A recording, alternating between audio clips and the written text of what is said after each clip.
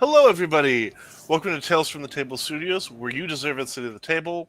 Hello, my name is T.R. Grimm. I am going to be the master of ceremonies for this fantastic game of Sentai and Sensibility, here with these wonderful, wonderful people. And we're going to go ahead and start the introduction this time with Kema. Hello, everybody. It's your favorite them, Kim. I'm like all the other nerds you follow, except I'm going first in the intro this time. I'm playing Ellis. Perfect. And we're going to do Kay. Hi, I'm Kay. I am playing Coraline Emberton. Perfect.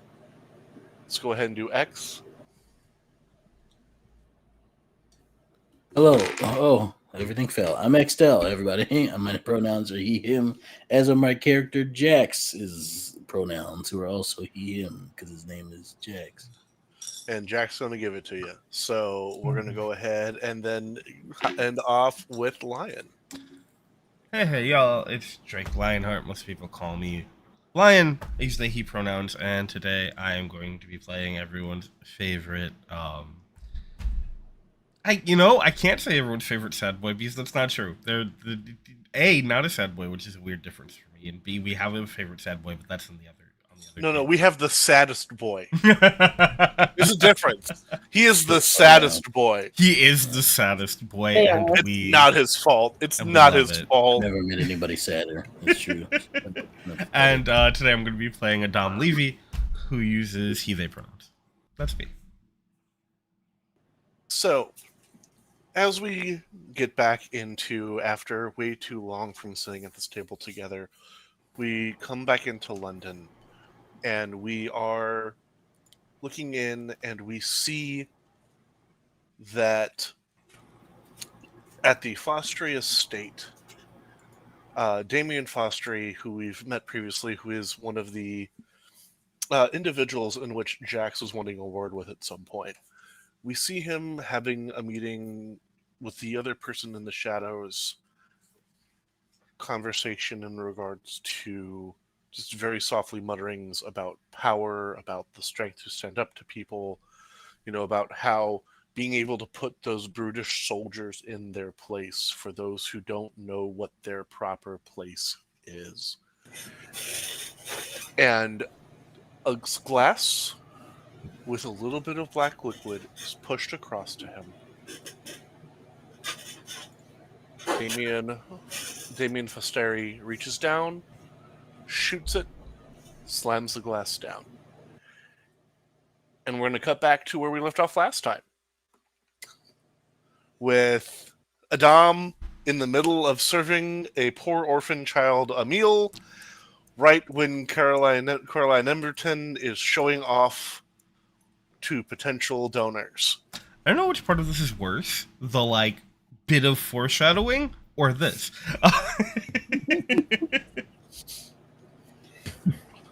Important question. Is Coraline a little bit ahead of everybody? Are we just entering the room? Where are we? I'm imagining it's one of those Coraline's kind of walking backwards a little bit every now and then, kind of showing off things backwards. You've been in this location many, many, many times. You've done this tour many, many, many times. And I think the dining area is kind of like a showpiece for this. We have these children; they always eat well. This place also doubles as a music studio. Blah blah blah blah. So you do this. You are looking over your shoulders as you open the doors. You take 2 steps backwards as you're presenting it, which is just enough time for Adam to hear your voice, but not enough time to go anywhere before you turn around. And right behind, and I don't think the potential supporters have entered into the dining room yet. So if you wanted to close the doors, you probably could. And I think when you do turn to see Adam there, so sleeves rolled up, the forearms, and they have almost completed a full 360-degree rotation, looking for an escape route that doesn't exist. Almost the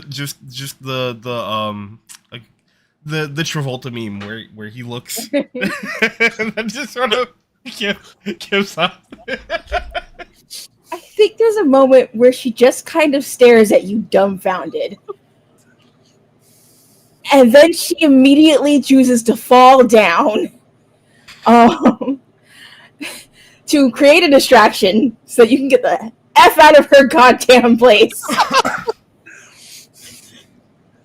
And she like is walking, and this is the oh no! And then just down she goes. There is a moment when she goes down where he has to stop himself from like going over to help, and then stops and looks, and with like a half full bowl of food and still like a spoon in hand, just looks back and forth, hands it to whoever the next closest person is, and is going to begin to very carefully sort of step behind people in order to sort of prevent line of sight with anyone else.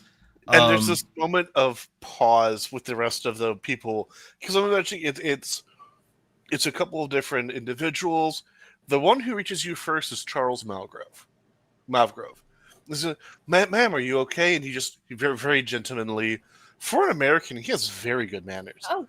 He reaches his hand down, kneeling a little bit. My lady, are you okay? May I help you up?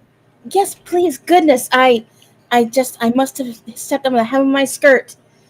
Oh, it's fine. He just very charmingly smiles. Behind him, you've kind of figured out that this is mainly him and his coterie of latchers on, including two individuals who have so they're a little bit darker than they're about 2 or 3 shades lighter than Jack's. The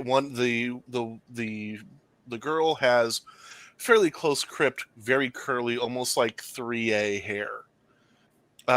She's dressed in this beautiful violet garment that contrasts really well with her very, very beautiful deep purple eyes. The boy is very trim. He has almost like a military bearing about him, but he doesn't wear any of the signs of service. He also doesn't have any scars, which would be very weird for military at this time period. But he has this bearing of being military. These would be the twins. Hold on. Let me get their names, because no, Jax, this is not those twins. Just clarifying for you. This would be Albert and Gianna. These would be Albert and Gianna LaFay, to be exact. They are, as far as you know, there's no connection to Jax LaFay. They've never been seen together. This is actually your first time seeing them. These aren't people you've ever seen before. They seem to have traveled in country with Charles. And you see that Gina starts to make a quip about you falling. Albert nudges her in the side with this very charming, disarming smile of his own, that you see is returned with her driving a heel into the top of his foot from your position as you're coming up off of the ground, almost like a "how dare you correct me." And, as you get up and kind of enter in with everybody else, as far as you can, go ahead and roll me a footwork for Adam. I think that's fair. Yep, that seems absolutely fair. Hey, that is a 4? Perfect. And it's one of those things where if anyone didn't know better, they would think, if they would knew what was going on, this was a coordinated thing between the two of you. As you direct the group around the room, Coraline, Adam, she is obviously giving you a path to use the pillars, tables, even the children 100%. to hide your exit. There are multiple moments where Adam is like kneeling down, almost scooting a bit, being like, "How is everything? How's the food? I'm It's so really glad." good, Mr. Levy. Oh, It's that's really excellent. good. Great. Looking past the kid as they're talking to see where everyone's looking. That's great. Excellent. The little We mess of the really, hair and then moving on. we really appreciate you coming and helping out with Of us. course, We really yeah, of course. appreciate it. Anytime I do have to run, but I am so. It means a lot to me that I'm able to do this. You have a great one. It's just sort of.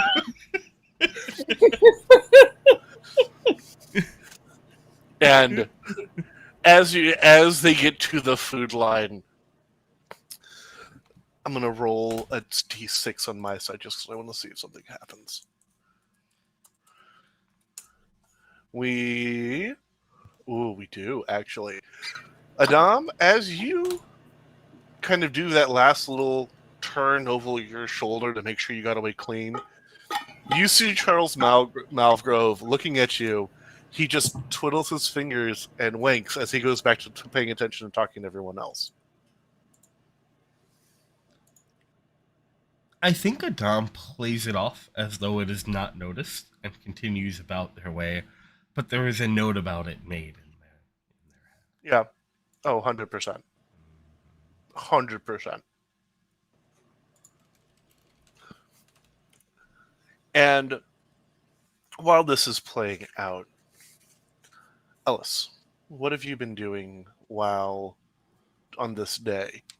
Are you continuing your usual walkabout?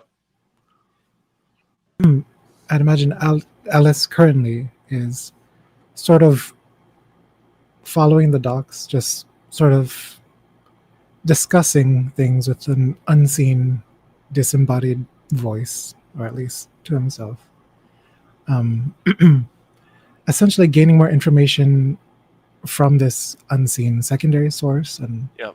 also stopping every now and then to greet the townspeople or folks that they see, greeting them, offering them, warm regards. So, as you pass by, what you would see is down on the docks there are a number of small clinics tending to, whether it's different sailors, different just poor people from the area. In them, you see a very, very well-dressed man in very deep green cotton waistcoat, given the time of year. He's inside the building, and you can tell there's stoves on, there's water boiling for sterilization. So there's this gentleman who is in a rolled-up sleeves shirt, very, very well-cut green cotton waistcoat, and you see that there's this very sickly-looking older man who's having a bit of a coughing fit, and this gentleman picks up a vial of liquid, dips the entire vial into the boiling water. Almost, you can see the color changes from this blue green as it heats up to this almost black color.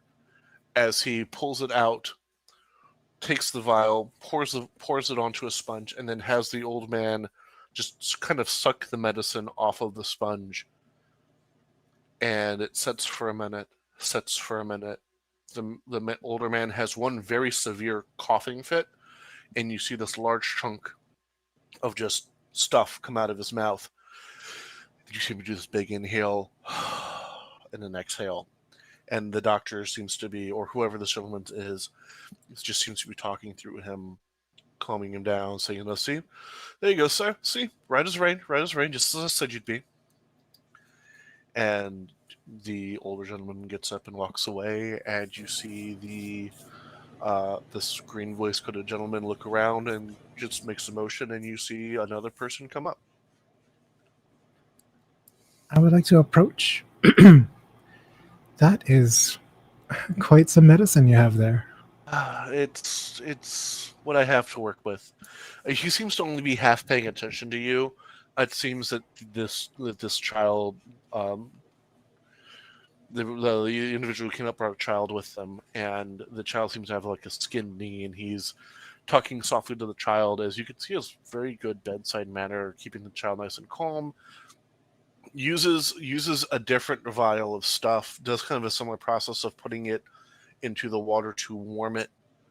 And you see, as you look in, you see that these vials, they're all a little bit different, but it's also seems to be some sort of base liquid of one of a couple colors, almost like some sort of waxy substance, and then another liquid, almost like it's acting as a barrier between the two liquids.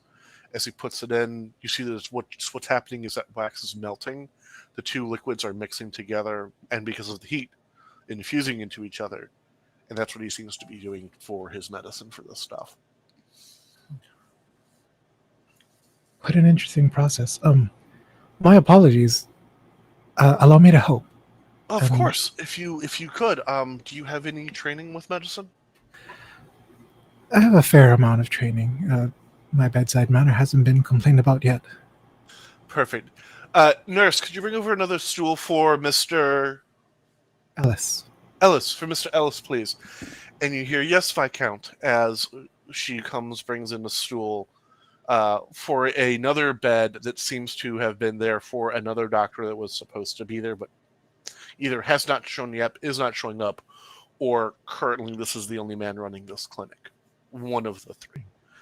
And you are brought in, and he looks over. Do you have any kind of specialty or things you know you cannot handle?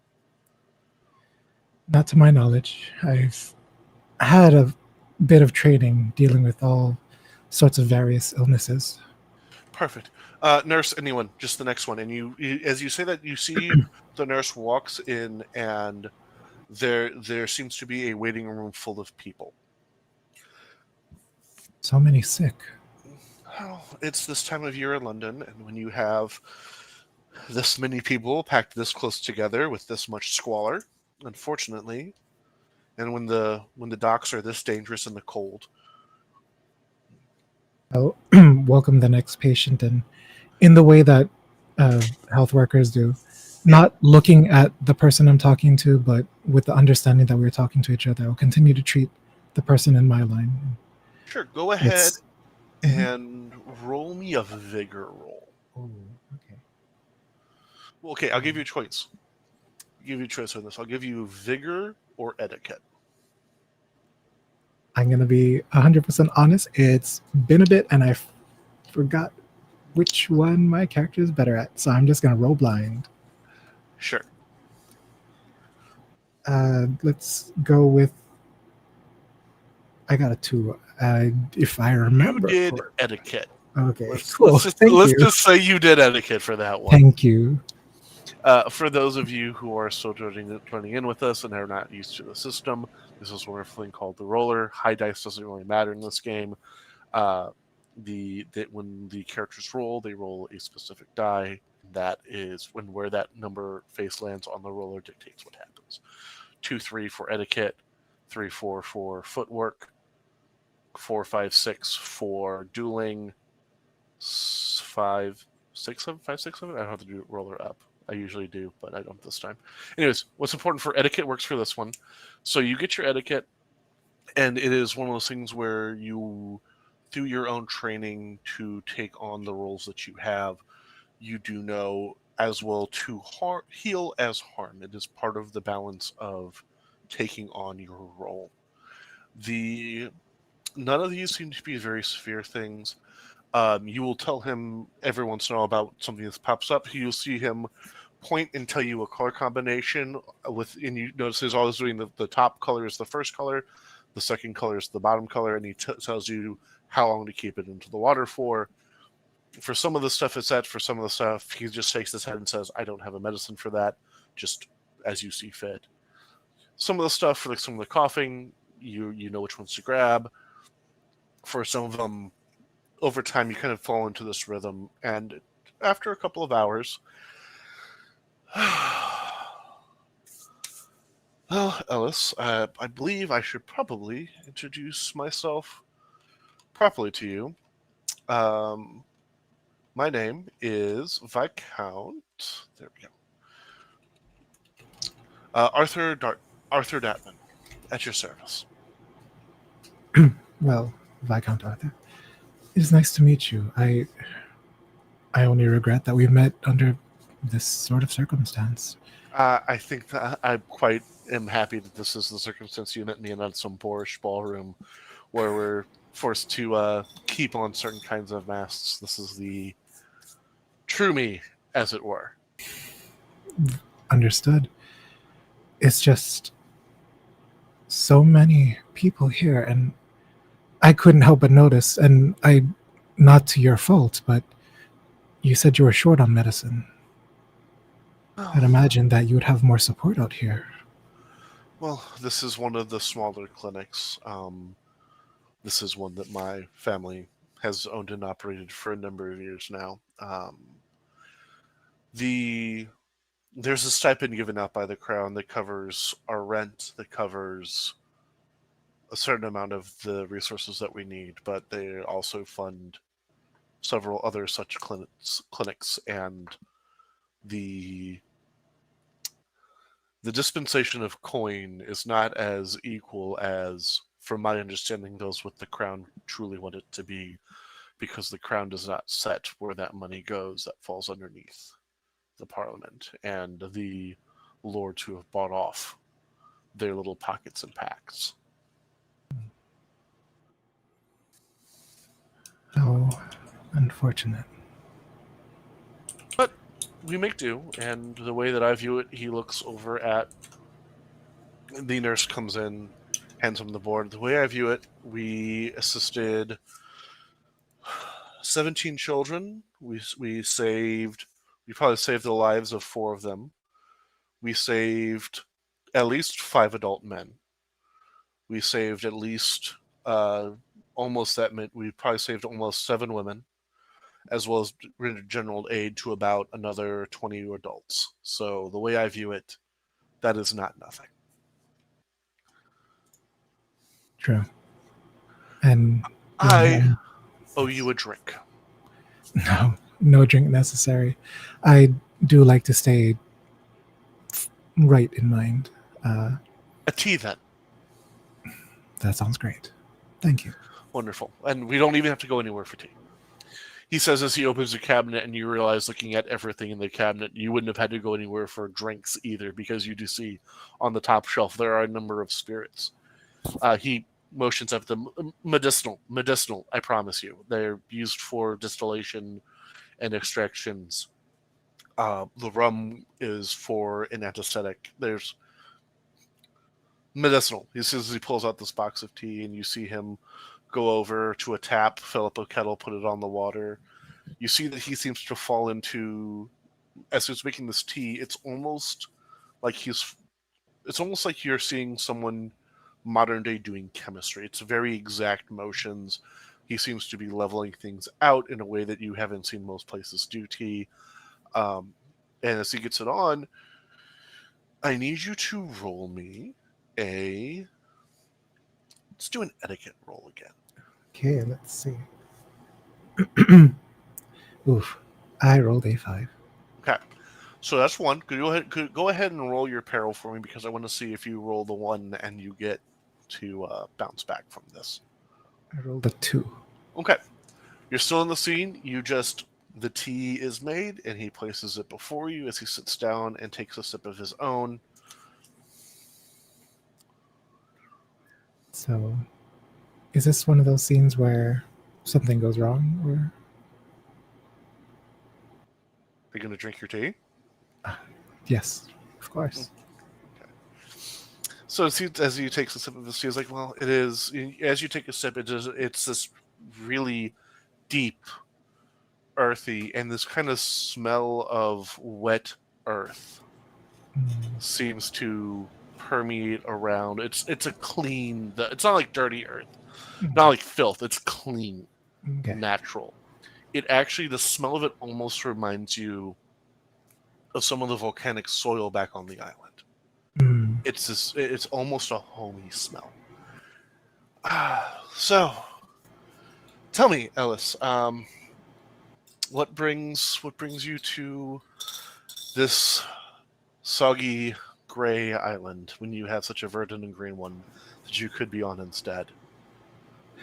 Well, I am here for a cultural exchange. I'm just here to observe your lovely kingdom and share ideas of things that you are doing that I could possibly bring back to mine, and things that seem to be working for mine that you may have interest in. What, pray tell? And you can tell that he's not being facetious when he asks this. This is honest curiosity. And what so far have you found that we could do mirroring your kingdom that we do not do already?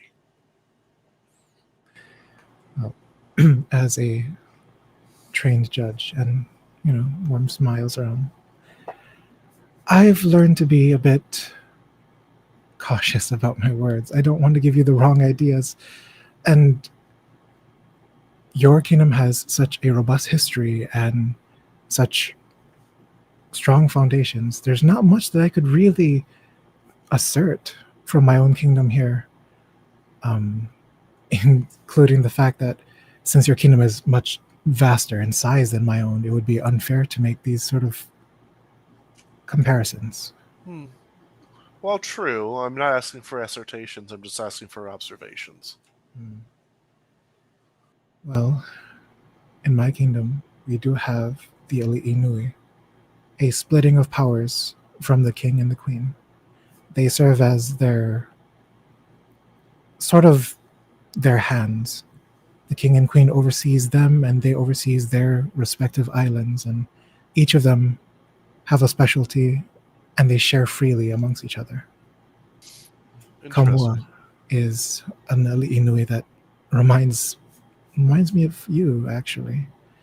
He refused to go to war and focused himself on the peace of the island and healing the sick. Sounds like a individual of much honor to me. Yes, and I will say, you do brew a better tea than he does. I promise I won't tell him.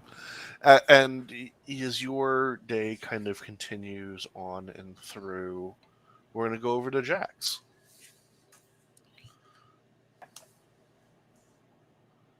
Yes.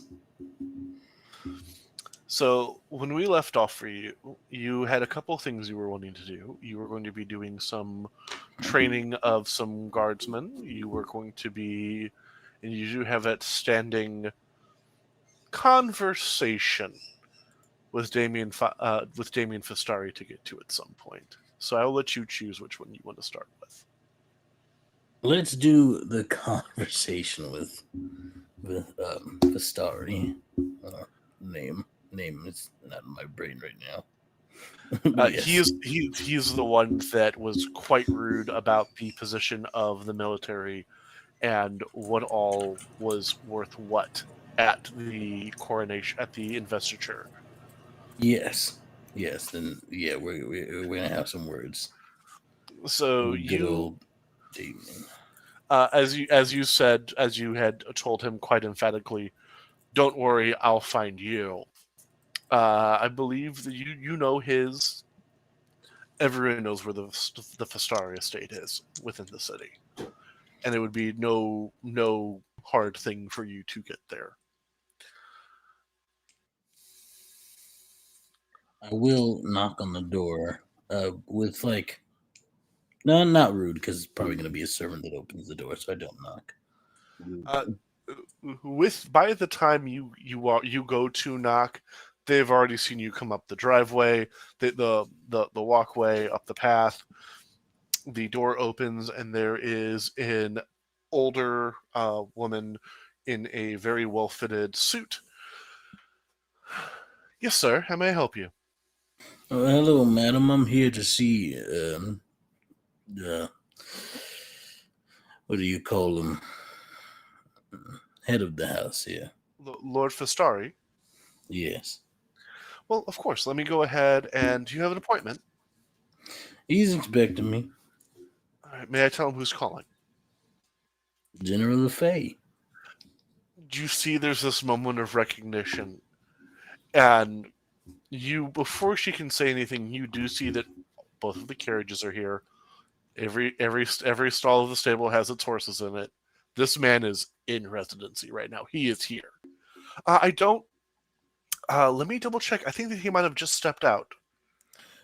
You tell him, if he gets back, that if he keeps me waiting, there will be problems.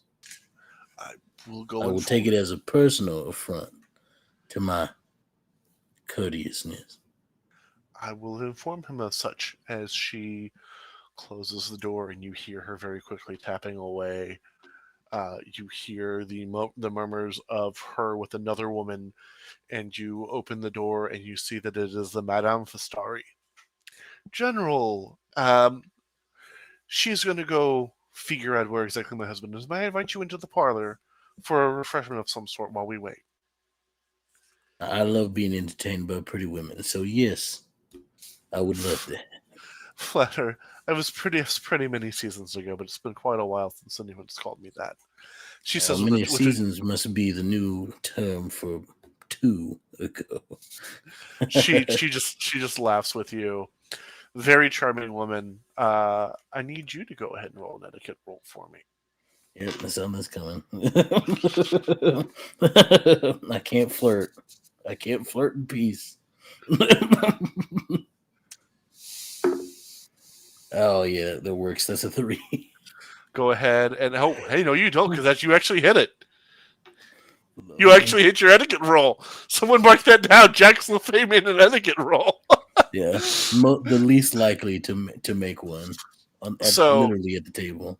you can tell with how she is acting and with everything kind of going on. The tea is poured, and you realize that she isn't drinking her tea. I'm assuming that a man of your stature has been poisoned more than once. Yeah, many times, both in professional and personal capacities. Yes, correct. Whenever a beautiful woman pours you tea and then is not drinking her tea, I think that probably sets off the telltale sign. Yeah, it's one of your flags. Not again. And she's just smiling, looking at you and looking down at the tea, looking at you, looking down at the tea. Is she pouring her own? She poured her own. It's just sitting in front of her. Understood. I will. There's a couple of things I'm going to do here. You let me know if I can do them. This is a classic question I ask all my GMs. I'm gonna throw out an idea, and you tell me if I can. I'm going to be yes, but I'm going to try to purify the drink. Now that I know, subtly with magic, if I can. Okay, so there's a couple of ways you. So as always, there's a yes, but because I will always tell you yes, but there's always going to be a but. I support it. Yes. So there's 2 or 3 ways you can do this. Mm-hmm. With your draconic nature, an easy option is to boil the poison out of it. Mm-hmm. It's something that you do have enough control over your own internal fire to do that without any much of a problem.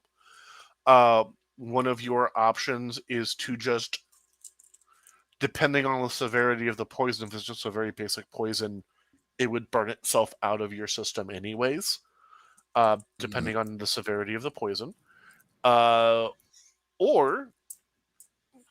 you can just kind of just using just magic try and pull the poison out of it. I think if I can do it subtly, I'll boil it. Okay. So I think that especially looking at doing it subtly, we would be looking at probably a dueling roll, I think. Makes sense for that. Lovely. Great. Now I believe I have a juice left over from last session. Oh, you do. So I'm going to use that. Here's my thing. The juice does not trade off between Cass and mine's table, unfortunately. So you do only have you do. I'm just letting you know those 2 extra ones you still have from Cass's table don't apply here. Yeah, I got you. I figured as much. Yeah. So I'm going to use this one that I have from last of this session. Juice, like most things over time, will spoil. Yeah, it's true. Unfortunately, 80 years is a long time to hold on to juice. Yeah, but he still got fresh. I believe the expression is "nothing sweet can stay." All right, so that's a 4 on the dueling. Ooh. Barely by the skin of your teeth. So I think kind of what that is you're very, very likely there was a thud in a different room that drew her attention away just as the cup almost boiled over, and you cut the heat, knowing that that was probably enough to kill the poison. And I'll just sip on the tea. I'm assuming you don't actually care how hot your tea is. The No. hotter the better. I'm assuming. Yeah, I mean it's cold almost, and if it's boiling, so. So she turns back and sees you taking a sip of the tea. She relaxes. There's another thud, and there's almost like someone's trying to force open a window. Is your husband going to join us soon? Or he should am be. I- She's watching you drink, and she's waiting. He should be. He should be here any minute. Okay. Why don't you have a drink with me? I feel like it's rude to not drink with your guests. That's still a little warm for my taste. I mean, with how much yours is steaming, mine is also steaming. I can't. I'm not. I don't like my tea quite this warm. I'll let it cool down for a couple more minutes. Thank you. Oh, I'm sure it's cooled down quite a bit. Here, you know what? It'll help. And I'll use magic to cool it down a little bit. I'm not going to have you roll for this one. There you go. It's all good now. Take a sip. General LaFay. There's another. Yeah. This time there's almost like a crashing sound in the other room. May I be most honest with you? Sure. My husband is been nothing but. I have been everything but. I assure you, I'm getting to that. My husband is a cat. We are both aware of this fact. Enough so that he has forced me into this ruse to attempt to poison you, of which I told him it was a ridiculous idea. Gentlemen and a general of your stature, a simple poison would by no means incapacitate you for any point of time. Being very honest and forthwith, because quite frankly, General LaFay, you scare me. Is your husband skilled? He's going out the window right now. No. Are you currently tied up with your hands behind your back and unable to fully think for yourself? Financially speaking, yes. All of the dowry and everything I would use to support myself trying to leave him is currently wrapped up in entities and things within his name that I do not have access to. I might not have actual ropes around my wrists, but I could not afford to tell him no in such things. And that is enough to spare you from my wrath. I appreciate that. Thank you. I suggest don't leave him, though. Not leaving? Nope. I will be right here when you get back, sir. And I will unfurl my tattoo wings and speed out of there as fast as I can to try to catch him, because I'm assuming you made it through the window. Yeah, you hit the corner. You see the servant in the coat, and she's just pointing that way down the hall. Keep going. You do hear from the footsteps that this maid seems to be going and checking on the Lady Fatari. I chase him down however far he is. I will go to him, and when I get to him, I do think I kind of partly transform into a dragon with just the leg and pin him down is what I'm going to try to do. You're so cool. Go ahead and roll me a dueling for that. Just my leg, just my leg. Yeah. Just turned into 100%. 100%. Yeah. That is a 6 on the die. Perfect. You hit that. Boom. You have him pinned. He seems to be pushing. LaFay, I'm warning you. You don't want to do this. Your hubris, Damon, whatever it is, has earned you. Well, I'd like to bite into your neck, rip your throat out, and chew it as you choke on your own blood, but that's probably too brutal for a general to do, at least at home. So instead, Roll me I'll a put you in prison. vigor. Roll me a vigor real quick. Got you.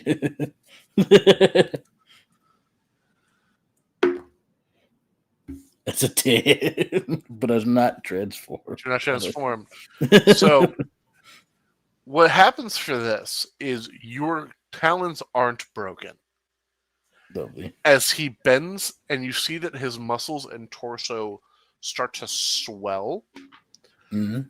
as his face seems to elongate and shorten out, two of his bottom teeth turning up as he seems to push and push and force himself out, putting you onto, just making you slide just a little bit.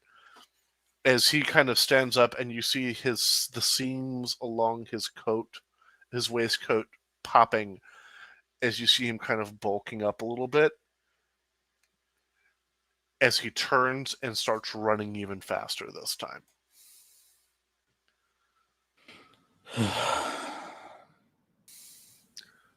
Vistari doesn't have Fey blood. Last you checked. I'm getting too old for this. And I'll pull out my morpher and insert the key, turn it, and as I break the lock, here it goes. With each motion, I think I say this: fearless, purple, earth, winter, night, and I transform. Perfect. And I think the way it happens is not so grand. Actually, I think it's just a quick change. I think it's one of the quick ones. I don't think it's one of the ones that has a full on thing that goes down with it. Yeah, no, that makes sense. And I'm chasing them as I'm trying. Do our morphers communicators too? They act as kind of like a relay. So for all of you, you feel your morpher almost warm up. Which there has been enough time, and there have been minor things that you all would have known by now, that when this happens, it means that another one of you has morphed. One of you has sentient.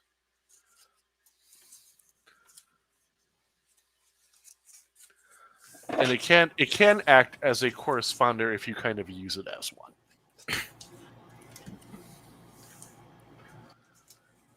So if you're going to speak into it, yeah, I do try to, because I'm not sure if he knows this is the way it goes. If it is the way it goes, he does know it because he's been through it before. But he also didn't read the instruction manual last time he did. So there may be some there may be some things he didn't catch.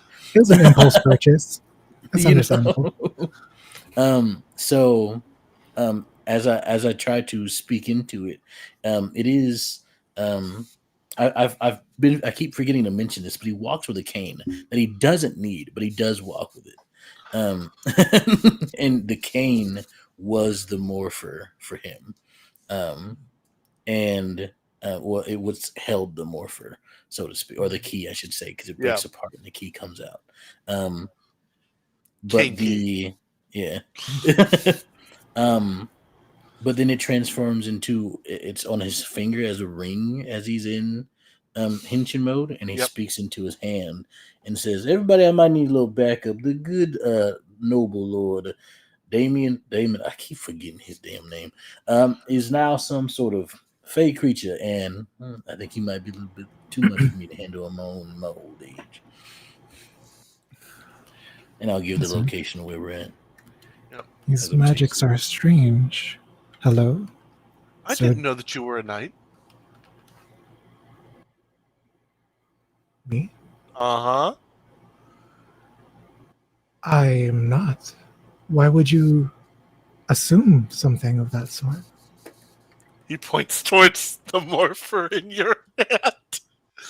It's a trinket. It's a very, very interesting trinket. I don't usually see many that are still able to operate with all the iron and pollution of the city. Quite a powerful little trinket you have there. You I see am him full of surprises. you see him tap his nose and takes a sip of his tea. It's a shame that it might be time for you to go already. As he takes a sip, pulls out a card and hands it over to you. For next time. Thank you very much, Viscount. I will. Of course, Ambassador.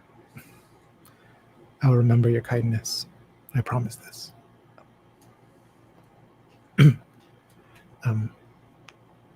Pardon me. Of course. And as I walk away, Sir LeFay, is that you? You do hear him inside of your helmet. You do hear him. Yep, that's a me. I've got a problem, big problem. About how tall is he now? He's about 8 feet and growing. 8-foot problem. It might be a little bit bigger coming, whenever his growth finishes. But I'm gonna need backup here near the old Falestri house. Falstri? Photography. But no, at this point he would have cleared the fence, and he would have been just in Crown's reach at this point. I'll inform everybody that on the communicator if they are listening. Whoever's listening. I am. Consider me en route. In your weeks of also you're walking, you've also learned the city. You know how to get a Crown reach from where you're at now. You wouldn't have to ask for directions. Adam, Coraline. Any responses?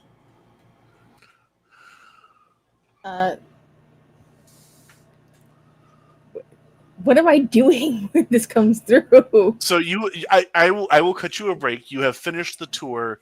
Oh, thank you. Charles was lingering at the door trying to speak to you, but thankfully, right when the community started up, there was the sound of a child yelling in the distance. So you're able to go, "Oh, I'm sorry, I have to go." Slam.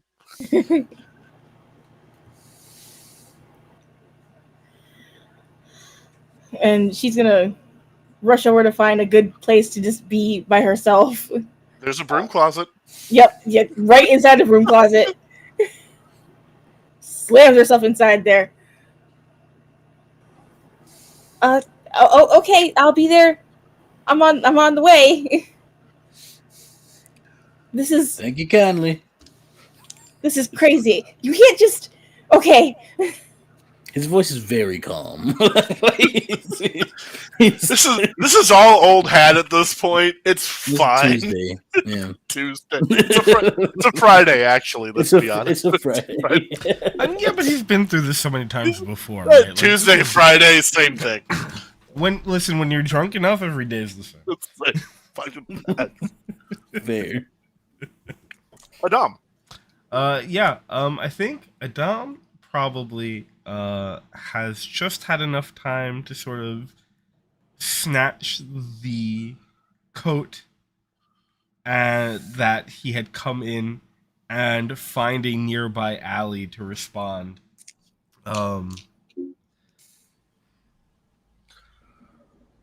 Always have to find some kind of trouble, don't you? Trouble tends to find me, especially when a noble tries to poison me in his own home. Well, it can't be the first. And it's certainly not the last either. Well, I have thoughts on that. On my way. Adam, roll me an etiquette real quick. Not actually pretty decent. I imagine someone tries to poison Jax like once a week. It is a sadly common occurrence. Not an if, but a when. Yeah. So this is before I transform. Correct. This would be before you transform. Well, because I got a 6 on my d6. Unfortunately, that doesn't count for this. So go ahead and roll me again, because if you get that 1, you get that bounce back. Believe in you. That's a 5. Okay. Plus side, you're still in the seat. Hey, we'll take it. That would have been so funny. What we do see as you run down the alleyway, passing by behind you, is Charles and his coterie seeming to be in some sort of deep conversation. The worst. As you guys kind of book it towards, I imagine Coraline's not too far behind. no, not at all. Adam, would you have brought your own horse, or would you have brought a carriage, or would you have walked? I think Adam walked. Okay, perfect. So you are booking it, and for all of you, it's kind of one of those things where as you are starting to close in, you can hear where the trouble is before you see it. And hunched over, but still with the hunch, around 8 foot tall, as you guys all kind of hit that corner, able to see this transformed individual for the first time. Just this heaving mass, these boar-like features are very prominent now. I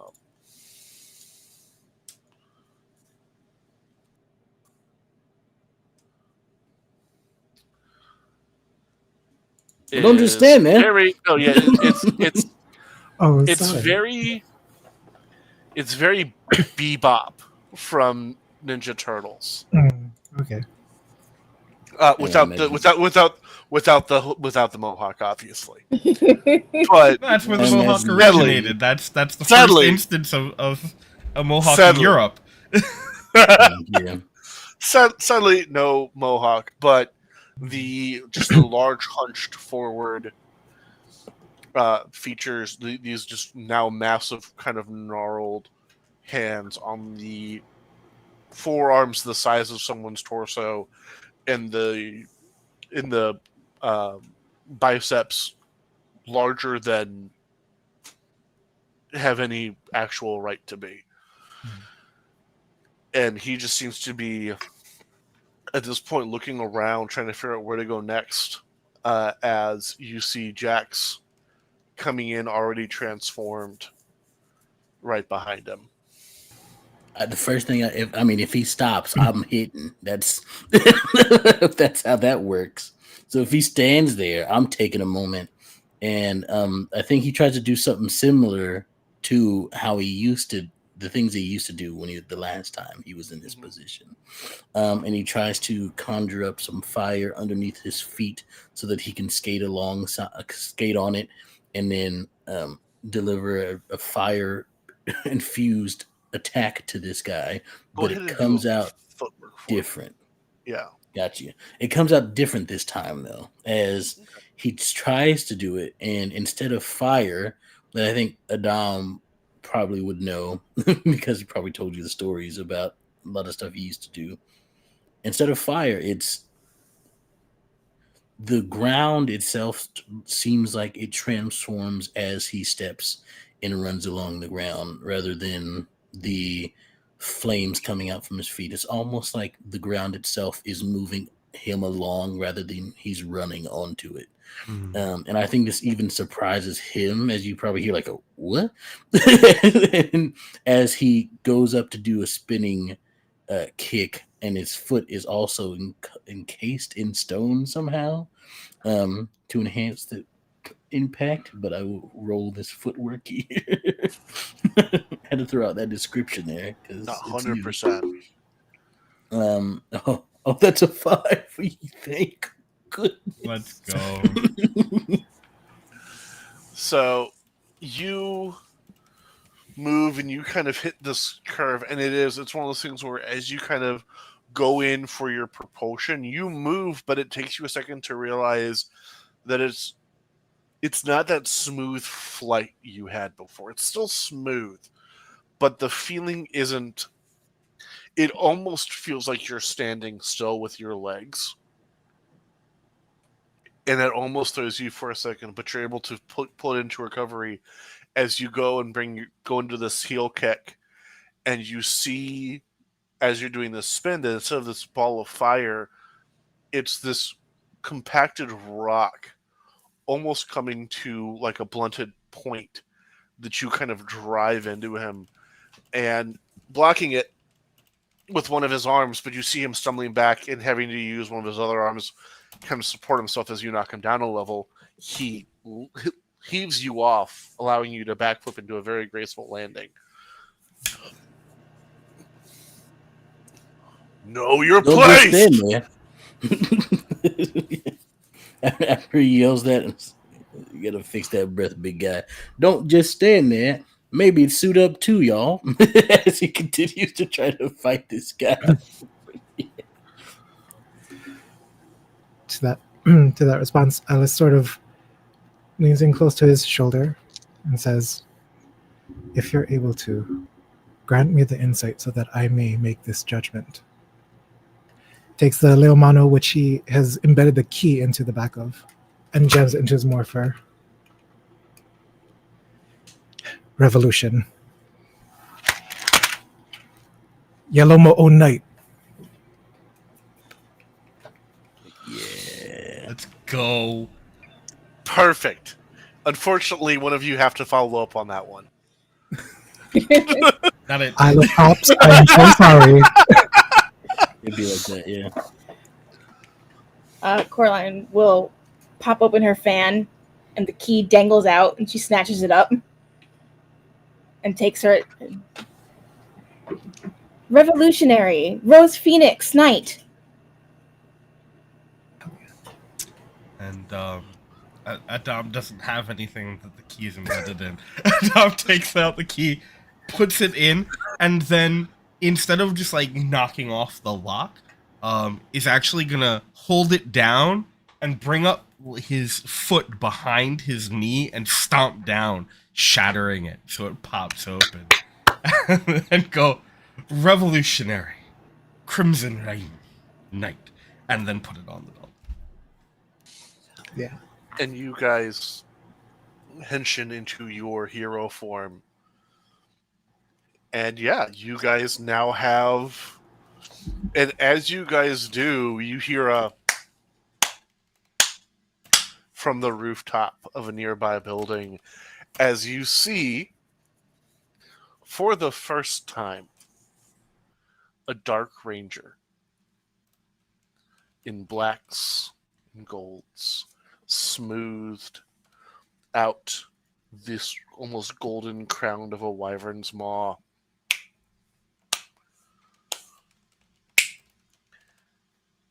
As this individual next to them, very lazily sitting with this full crimson helmet, blood red, just smooth surface, takes out a silver flask, pours it out, and you see a number of dark droplets fall, and wherever they land, a shadeling seems to almost step out of the puddle that it makes.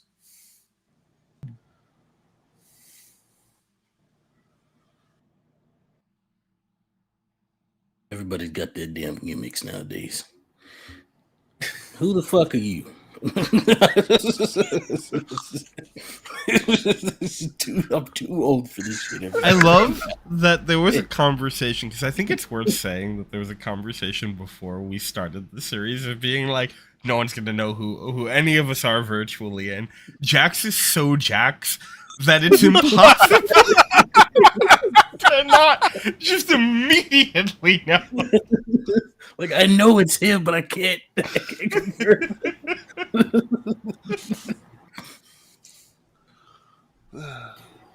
And you see the crimson person just shake their head, tap on their wrist,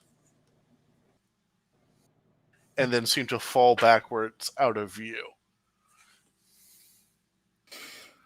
Nobody ever wants to answer the damn question. Just keep going. Anyway, sorry, I forgot we were doing this thing. Revolutionary Purple Spade Dragon Knight.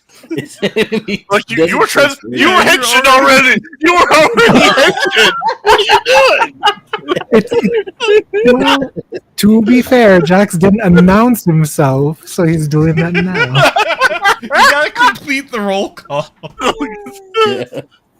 I defaulted back to the old team. That's my bad. It's as we fall into line, as we fall into that like obvious line for the wide Yeah, shot. yeah. That's when, because you gotta That's have it. Yeah. that's a good point. That's a good point. Yeah. And yeah, there's a number of these individuals, and you, as this goes on, yeah, it is you guys versus the transformed Fatari, and about 7 of these shadelings. Mm. All right, time to get to work. And the Dom is going to just take off, starting to sort of try and keep the shadelings from spreading out too much, is I think Okay. their primary goal. Okay. I think Coraline will help wrangle them so that we can come from 2 sides. In that case, Ellis is going straight down the middle to slash at any of them that get close. Perfect. So, Jax, you are yet again still on your own against the giant pig man. This is what I live for. Now listen. All right. So, what we're going to go ahead and do is, because we're going to just do our back and forth for this right now, go ahead and we'll start because, Adam, you started off saying what they wanted to do first. You're going to go ahead and roll for me first. Go ahead and give me a footwork.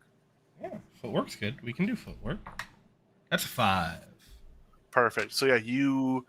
I'm assuming we have our lance out. We are doing... So it's currently it's like a spear. Okay. But yeah, it's a lot of using both ends of it to sort of force steps to keep them back, jockeying momentum to push one into another, kind of shoulder checking. There's very little actually like throwing hands. Adam doesn't seem to be engaging beyond right now, just trying to keep them sort of contained, at least until there's a point where they're properly lined up. Correct. And yeah, it's one of those things where as you're doing, there's a couple of shots fired, there are a couple of slashes made, but as you are literally kind of dancing around them using your spear, you are able to kind of keep them in place. So go ahead and Coraline, give me your roll. Footwork as well? Yeah, for you it would also be footwork. That's a 3. Perfect. So yeah, you are likewise kind of using and are you doing the similar kind of redirection of momentum? Yeah, I think kind of that stuff. she's actually using Adam's moves, and as he makes them stumble, and like she will take advantage of those moments to come in and trip them and get them on the ground. Okay. So yeah, and it's almost very much this between the two of you. It is very much a dance. Being very mindful of each other's steps until you fall into this almost very natural rhythm, which does create an opening for Kema going right down the middle. Go ahead and give me a duel. Okay. That's a 6. That's your hero. No, Oh. it's not. No, No, it's not. I'm sorry. You're not Okay. You're not the Ronin. I apologize. I got excited. Oh, I'm sorry. I forgot you were the Ronin. I am so sorry. I had switched you into Dom in my head for some reason. I apologize. There was because at the beginning we had gone Right, back and yeah, forth on that's what right, It's the hair. It's the hair. It's 100% the hair. It is. I I'm get it. jealous. I'm jealous of both of your hairs. 100%. So, yeah, but that is for dueling. That's still that's still a dueling number. So yeah, you come in and you are in this position where using your Leomano, you're very easily able to kind of dispatch 1, 2, 3 of these shadelings in pretty quick succession, which leads us over to Jax. And since you had swung on him, it is your turn now to be swung upon as you kind of turn to engage, and you realize that he's already coming in with a hell of a haymaker for you. How are you wanting to deal with this? I think I'm going to try to tank it. Roll me a vigor. Let's go. Roll me a vigor. Oh, Hard eye contact and everything. Just standing there. It does not work out for him. Well, What was it? I got a 2 on the die. Oh no! Oh, It wasn't even a 1 where we could have worked off of your. Yeah. Oh not even a good time. no! Yeah, it's fine. The one cool. Okay, that the one puts, time puts I tried you. to do Hold a on, cool this puts thing. you at 2, right? This puts me at For your marks apparel. 1, I think. Did I fail one Well, earlier? no. yeah. Yeah, you failed one earlier. earlier, yeah. Okay, so that puts me at then that'll put me at 2. I didn't roll the first one, but that's all right. I'll roll this time. I think it's a 5 on the die. Okay, so you're not out of the fight, but your bell is rung. As you go, I can take this, and as it gets closer, you have this realization you aren't as young as you used to be, and this is gonna really fucking hurt. And it's for the rest of you, it almost sounds like somebody rang a bell as his fist makes contact with the helmet. Ow. Valid. Yeah. So we're back with the Dom. Yes. I think Your uncle just got mollywopped. Yep. Seeing a cousin Cousin. seeing my great cousin, pun intended, take it to the dome. I think there is a moment, Straight to the dome. straight to the dome. There's a moment where Dom looks over at Ellis and at Coraline and goes, "Can the two of you handle this?" You got it. And again, very gracefully, I think Adam takes like a pivoted step back and is going to attempt to turn and in a single motion sort of thrust the spear forward between the two of them to try and force space to give Jax a moment to sort of recover and step in front. Roll a dueling for me. Sure, yeah. That is a 3. One. No, 2, because you missed the other one earlier. 2. So go ahead and roll your die for me again, real quick. That's a 6. You were related for real. That's a 6. Yeah. Unfortunately, this doesn't activate your Yeah, hero. no. Ah! We're fine, yo. We're fine. We got this. So you go in, but what happens Look at is you this. mistime the distance as the second fist comes in with a low gut shot, and you just go up. And you go up a little, you go up a bit, and you kind of feel yourself being launched into a building across the street. This is the curse of trying to look cool, everybody. Don't do this. This is what showboating gets you, 100%. Don't fall for the trap. From someone who used to do fights, don't showboat, please. This is what happens. It's hit the legitimately. building. Somehow that causes explosions. It's fine. It just does. Well, actually, it sounded like an explosion we got hit in the chest. It sounded like a cannon going off. Oh. All right, Coraline, you're up. I think Coraline just wants to keep moving around these creatures and finding opportunities to trip and knock down and otherwise stumble them to create opportunities for Ellis. Footwork me. Footwork for me. There we go. I Left believe the in word you. out. That's a 1. I would say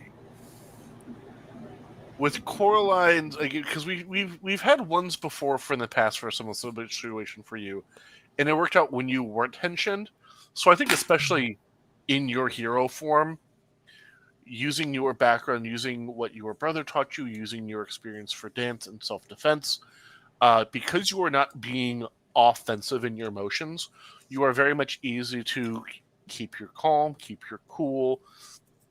One of them does almost get a knockoff on you, but you are able to sidestep just in time. It is a little close for comfort. Kind of gives you one of those little adrenaline rushes of, that was actually very close. But you are able to keep this momentum going of keeping them down for Ellis. And Ellis, go ahead and roll for me again.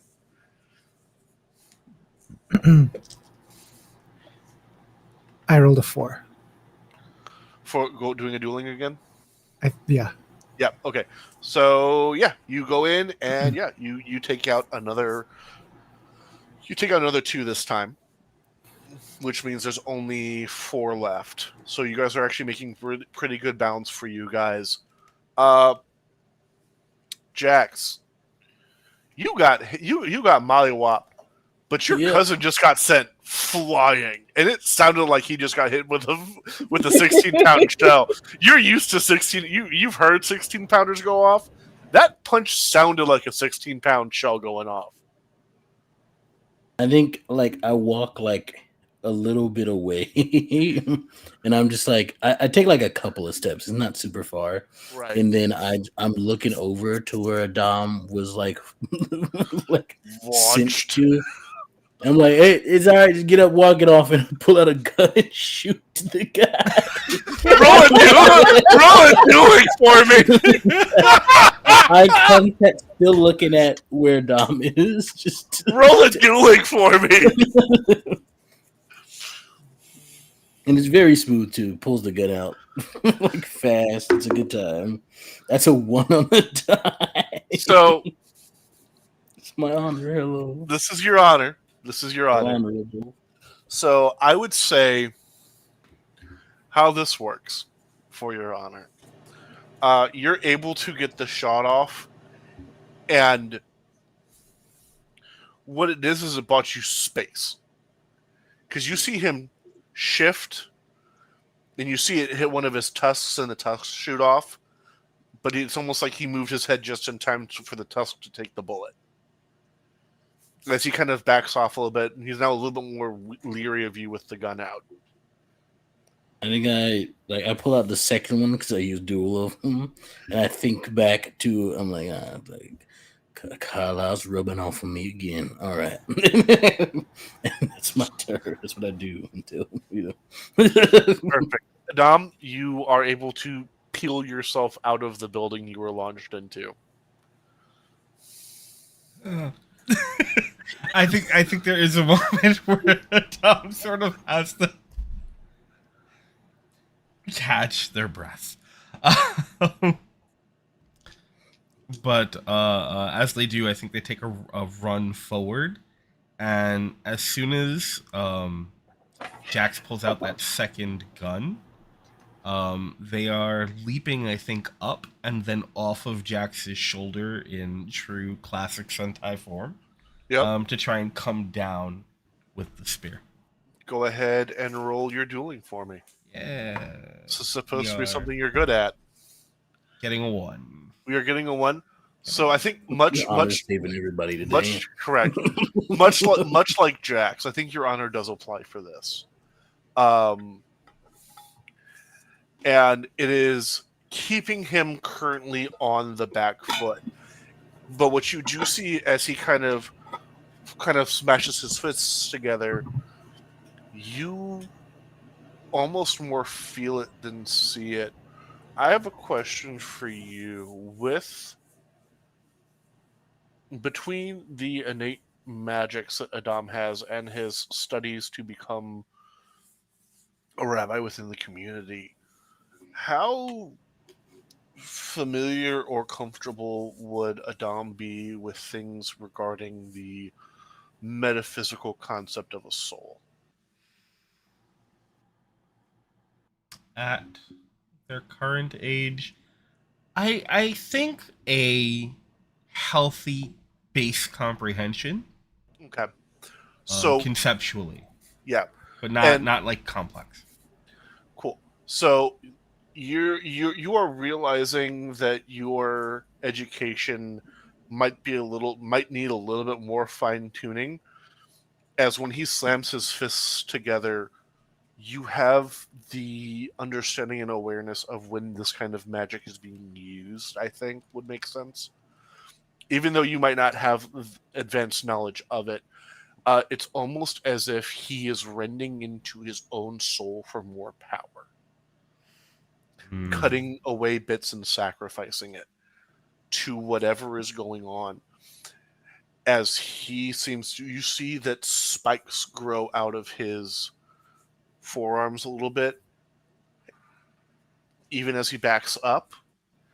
And as he makes his swing, I need a footwork roll from both Coraline and Ellis.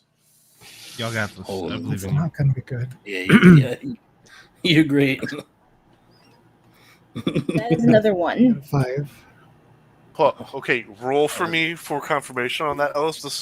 Was this your first miss of the night or your second? I think this is my second, right? Is this for footwork or duels? This is Yeah, for I footwork. rolled. Five, This is five hits. Five counts for Yeah. Oh, does 5 go? Oh. Okay, yeah. Footwork is 3, 4, 5. That's right, 3, 4, 5. Thank you. So yeah, and between your honor and your footwork, you are both able to very handily dodge out of the way. What this also does do, though, and you can kind of, this is a little bit off-putting, is it seems to skewer those shadelings, and you can see some sort of dark essence kind of then follow that line back, absorbing into him, and you see him getting even bulkier. Well, that's not ideal. All right, kiddos, we're gonna have to regroup and rethink our strategy here. Everybody get together. That's what Jax is gonna say. He starts backing up towards everybody. I immediately beeline it towards the rest of everyone else.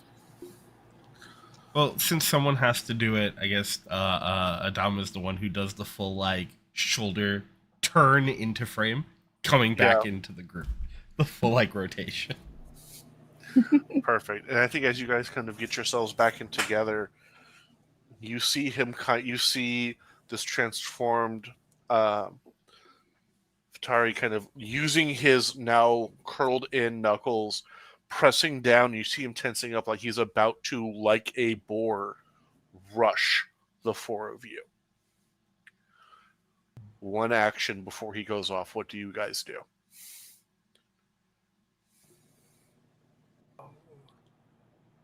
I'm going to put down cover fire. So I pull out my 2 guns, or they're already out, but I point them at him. And what I'm trying to do, I'm not trying to hurt. What I'm trying to do is slow down, like trip him up in any sort of, not necessarily like stop. If I can stop him, I will. But like slow his charge as much as I can by peppering him with bullets. Okay. Can I jump in on this? Yeah. Well, charging is kind of my thing. And although I don't know how well I'll do with like a vigor, I think the obvious answer for Adam here at least is to charge back. 100%. Go for the full like charge forward, spear thrust into lance, just with the attempt. Is there any way I can assist with that?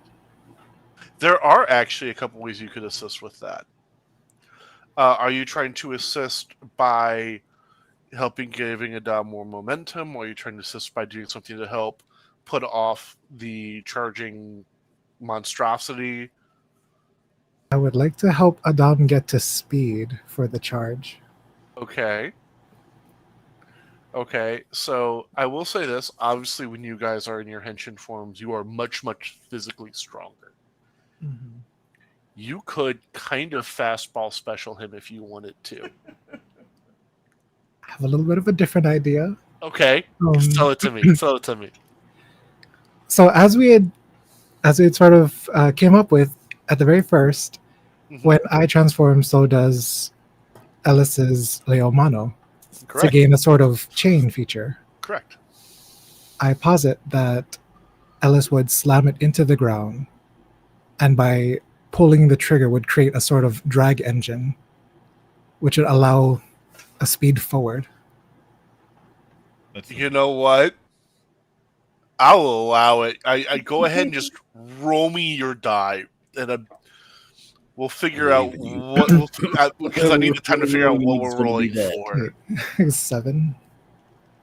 Vigor? That's probably what I was going to be going with anyway, so that 100% works. So yeah, because you're kind of also using yourself as the backstop for him for this launch. So you are kind of taking a lot of that initial oppositional force as he shoots forward. So yeah, I think that's 100% something that we can do, and this will give Adam advantage on his roll. And then Good Coraline, attack. what are you doing? I think Coraline wants to throw one of her fans because it's like a bladed fan, Right. and have it kind of rotate and aim for the ankles. Okay. So go ahead and roll a dueling for me. Jax, I need a dueling from you. And then Adam, I need a straight to vigor roll because you are charging headlong into with advantage for you. That's fine. I got this. We got this. We got a 7. 4, Whoa. 7. 4 is my Beautiful. hero, I think, isn't it? A 4 is your Yeah, hero. it is. So Yeah. what's going to We happen both for got a you? hero. Let's do it. So we're going to start with Jax because Jax did not, unfortunately, get his hero. Jax But- is my hero, though. Correct. But you still get yours off, and right as he's about to go off, you see that because of your shots, he has to tuck his head a little bit more. So he's now committed to a very specific line, and he can't really control his footing the same way. And you have him just kind of straight committed at this point. All right, so for the heroes, because this kind of works in conjunction now, where the Adam, you go in and you get that charge and you get that lance transformation out of the sphere just right. And as it pierces and you hear it, it just hits and there's this moment of stop. And it's almost like time stops for a second, where if it's okay with you, Coraline, I think you throw both of your fans. Sure. As you go and you flick your wrists, expanding out these fans, and as you go back and you do this release, the edges almost seem to glow. And this metal almost picks up a sheen as they spin faster and faster and faster as they kind of weave right in between Adam and this transformed creature, cutting first the wrists and then crossing underneath them and cutting the ankles, and which allows for that resistance for Adam to give away fully. And with that weight shift, Adam, you now have this just amalgam of man and boar pinned up against a back wall. The probably a foot and a half of your lance pierced into them, pinning them against the wall entirely.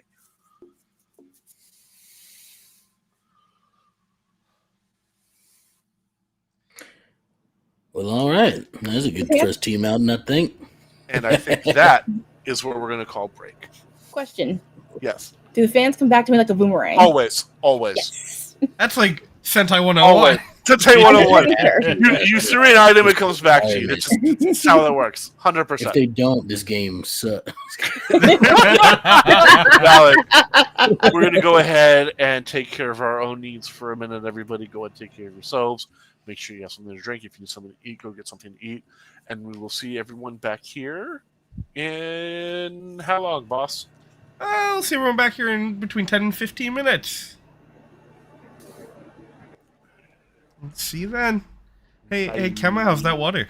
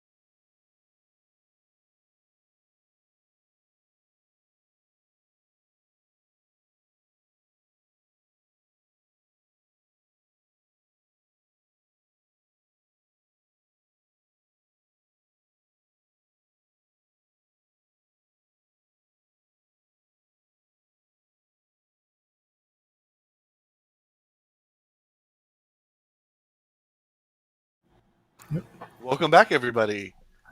So, Adam just made a pork skewer against the wall.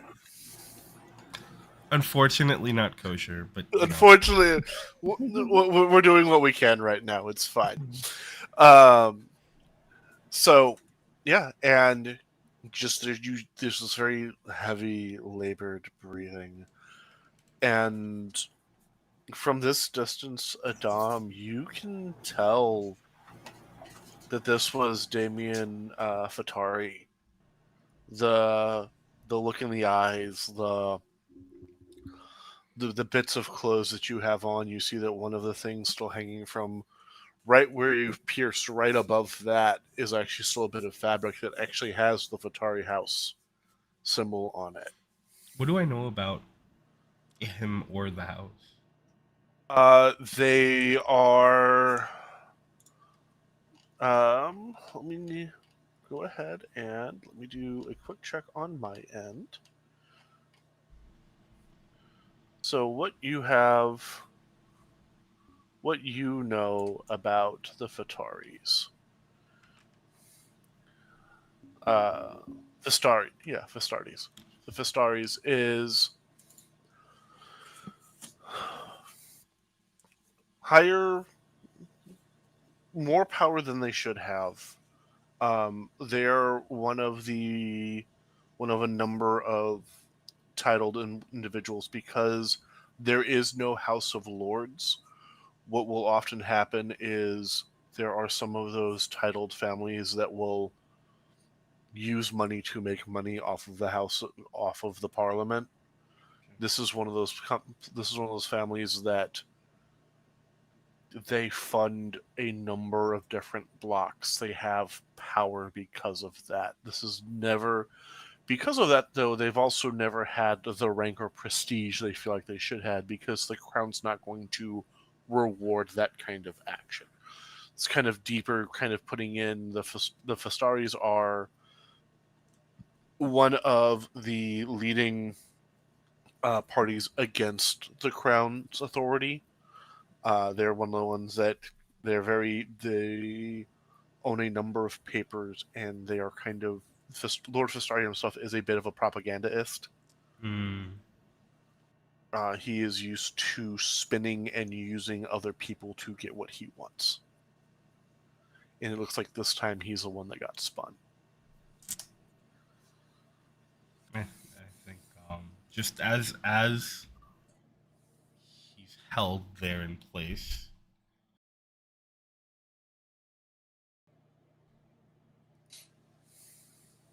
I think that. Whoop, Oh my God. Ryan. There Sorry you about are. that. I'm back. Oh. Okay. I All brushed right. my microphone and it freaked out. Things are cool. Yeah, we're good. I brushed my microphone and it panicked. We're okay. Wild. Go ahead. I was about to start doing my Beaker impression, so bring that. So as Adam has him sort of pinned there, they sort of tilt their head a little bit and go,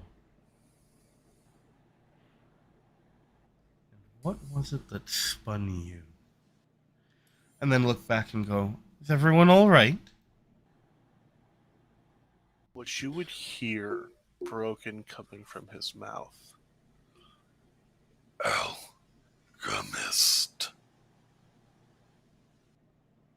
From Adam? Mm-mm. Oh, from the big guy. From Fistari, you hear Alchemist. Does that mean anything to me? What does that mean? You've known many alchemists over the years. I mean, you've known dozens, hundreds of them. Some work for the military, some are private.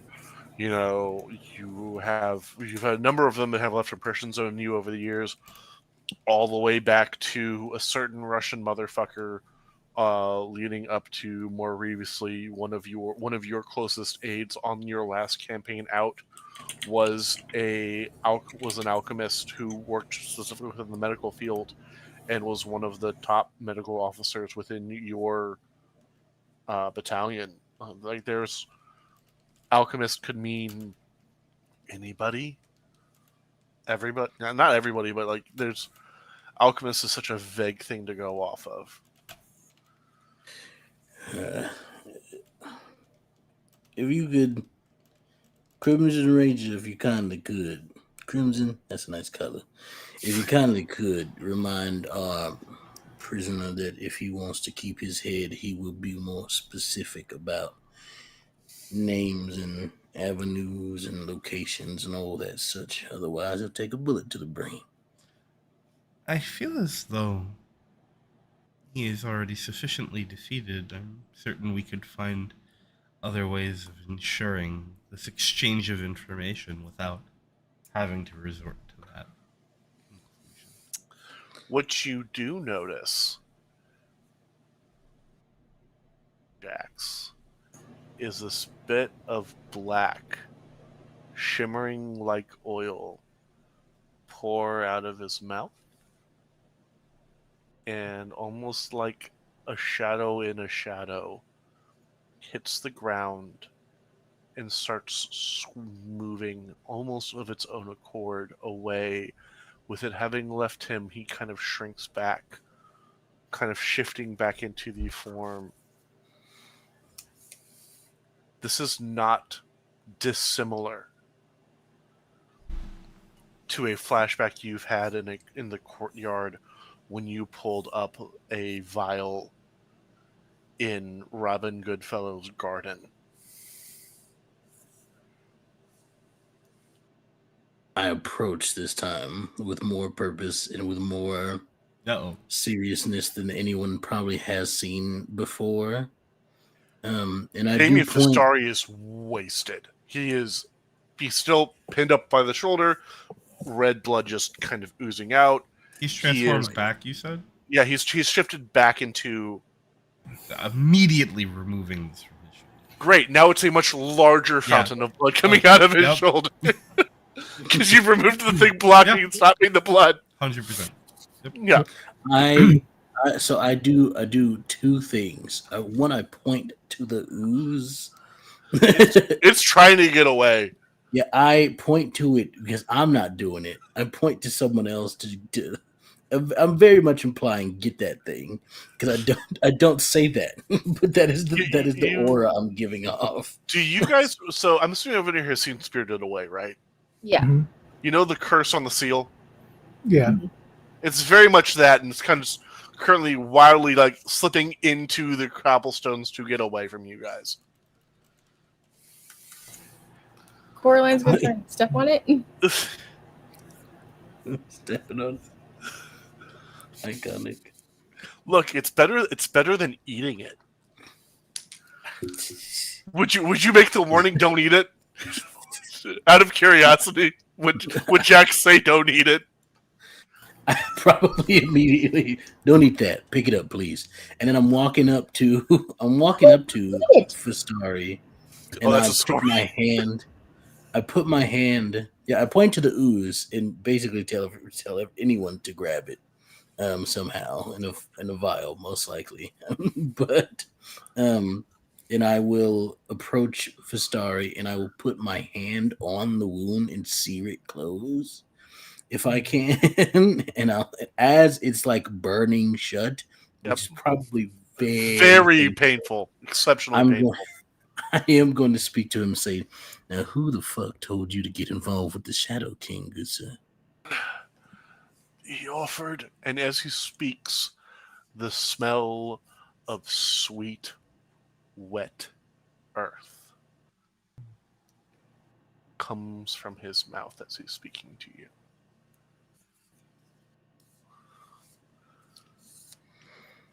I was in opportunity under a better, stronger king willing to listen to the lords, to take the experience and valued opinion of those who are better than the mass rabble. Put us back. Did I see his banner up on the thing? Fistari's? Yeah. That's a good question. That's actually a very good question. This is going to inform a lot of what I do next. Give me 1 second. Evens or odds? Oh, odds. Okay. I'm feeling lucky tonight. So 7. So yeah, no, you saw his band. It was one of the smaller ones. It was around the same size as yours. He has a claim to the throne, but it's not enough of a claim to the throne to really be warranted.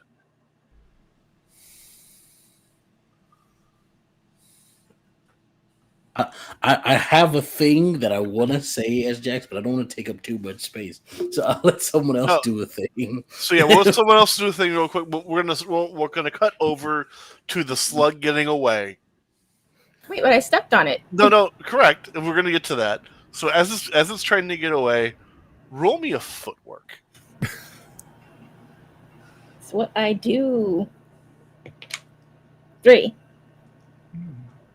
Yeah, you're able to, it takes you a couple taps because it's a wild little thing and it seems to realize that someone is trying to squish it.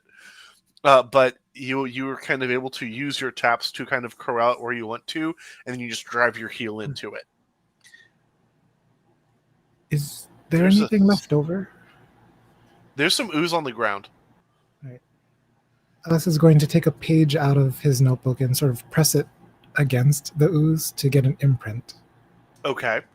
As you press it into the ooze, I'm assuming we are still all henshin, so we are all covered, correct? Perfect. Have to make sure, because this would have been very important otherwise. So you're able to kind of reach into the folds of your henshin uniform, pull out this page, you press it in, and you feel it kind of absorb in. Do you press down firmly, or are you just pushing in to absorb? Just pushing it to absorb, sort of to get a kind of like a chalk out print, except it's black ooze. Right. So yeah, you get that absorption on there in this motion. It seems to shift on the page for a moment before it settles. And is there a way for me to private set? No, it'll have to be through Discord. Come on. Okay. Oh, never mind. My phone just died, and I'm using my spouse's computer, so I don't have my Discord on here. So, Kemma, it settles into words. Oh. Desire, strength, virility. Desire, strength, virility. Desire, strength, virility. Blah, blah, blah, blah, blah, blah, blah. And near the bottom, it switches almost over to a recipe. Boar's hair, the soul of a greedy man. There's a couple other things on there which I will message you about later. Well, fitting evidence for a case after all. I take the page and securely slam it into the notebook that I have tight. Does anybody have a flask or? Unfortunately, not here. Good work, Lady Rose Knight. Thank you. You say that, and with that thank you, you kind of move your boot, and you see that even with you squishing it, and just in time, because with everything else going on, just in time to see it slip into the sewer, you see a little strand of it get away. That's unfortunate.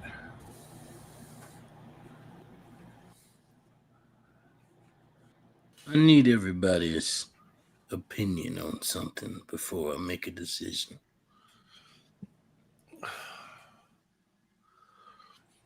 Yes, Yes. Sir Buffet. We were called to protect the kingdom. Its people, yes? Yes. Yes. We want the same thing. You seem to misunderstand, Damien.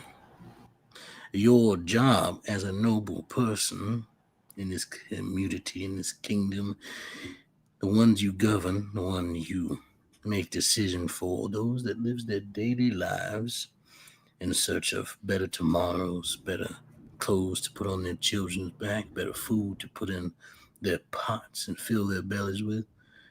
Your one job is to ensure that they can at all times.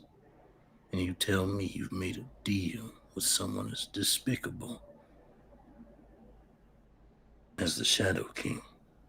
Small And you time. expect praise. I expect nothing of the sort from you. You're too blinded by your closeness to the crown.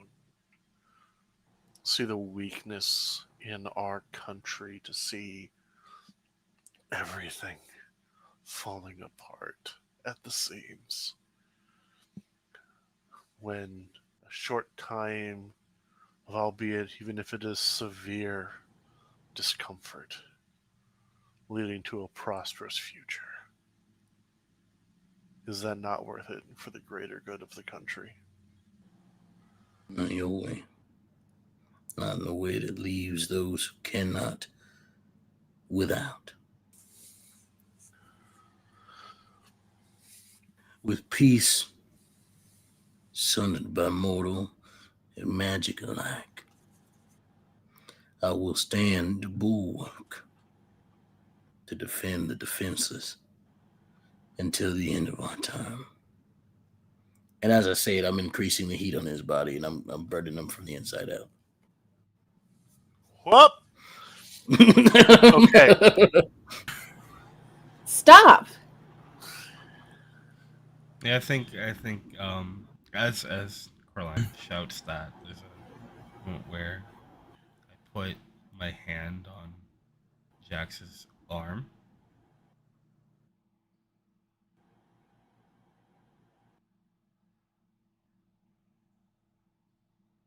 I'll Unsafe. stop.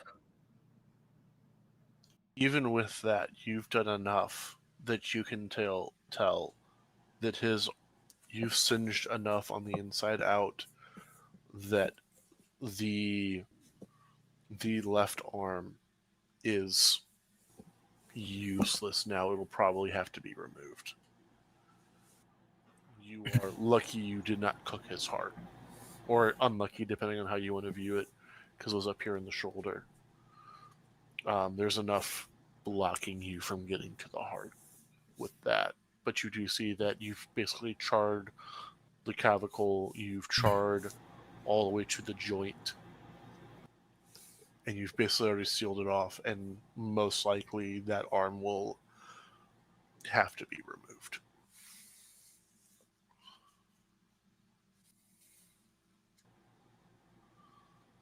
You have courts for this sort of thing. Yes, put me before the judges. Half of them are in my pocket, anyways. Alice steps forward. Unluckily for you, there's one here that's not. But it's not my jurisdiction. I'm here for an exchange. Sir Lafitte, Knight, we should take our leave. Rest assured, I'm very versed in these things, and I know that regardless of what happens here, judgment finds everyone eventually. Shall we depart? Consider that retribution for trying to poison me. If you want to go in, cry and whine to the crown to whoever you think is going to try to save you. Remember, you tried to poison me first. You see him looking over his shoulder, kind of passing out from the pain and everything else. We had a deal. past you guys onto the rooftop where the Shadow King was before.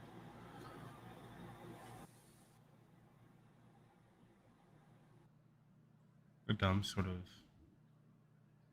pulls slightly at Jax's arm.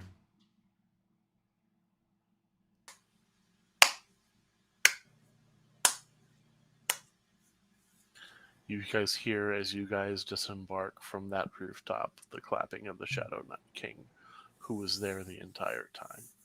The only one who vanished was the one who poured out the black droplets.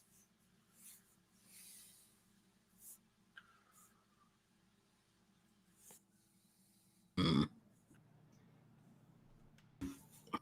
I'll follow. I'll follow what everybody else does. That's what I'll do in this situation. And it's that clapping just echoes behind you guys. Just in time, and as you guys dip down another corner, just in time to see one of the wagons of the London Constabulary, the short, half dwarven woman, the commander, puffing on her cigar as she kind of walks up and starts making orders about cordoning off the area, making sure no one's able to get out. This seems to have been the action of the rogue knights. You know, there has been an attack on a titled lord, blah, blah, blah, blah. And yeah, as you guys slip further away, where are we going? Do we have? I don't know if we have a base now. Because normally it's the barracks, right? It's the So normally it would be the barracks. Normally it would be, but you guys are not yeah official. Correct, because of the rules of your guys' transformation, the crown cannot accept you officially. If I may throw out a place, I think there might have been a place after everything from 80 years ago that the story may change, y'all, as we see more episodes of the Tuesday Table. But I think there's a place where I think where all of them or those who survived the Shadow King originally would go to and hang out. And I think it's probably like some sort of like underground someplace or like a tree. It's like somewhere it's like not easy to find. I have an idea that I can float past you. Because I will tell you that there's probably a set of catacombs that will be there for you guys to use.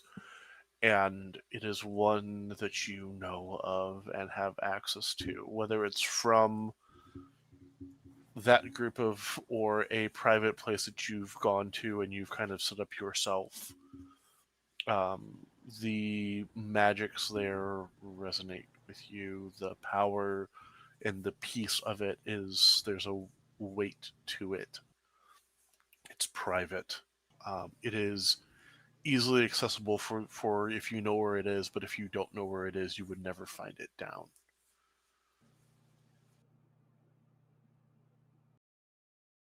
And that's where I'll lead everybody if everybody follows him at all. Yeah. Immediately. Do you guys stay henching the entire time, or after you get past a certain point, do you switch back to your civilian uniforms as to not draw attention? I feel like once out of sight, a quick slip into civilian uniform. Mhm. Yeah. Same, yeah. Absolutely. And as you guys do make your way, and you make your way in, you don't remember. It's been probably a while since you've been here, Jax, I think. But it's cleaner than you think it should be. The fire is lit already. And you hear a very light humming coming from one of the chairs, with the back to the rest of you.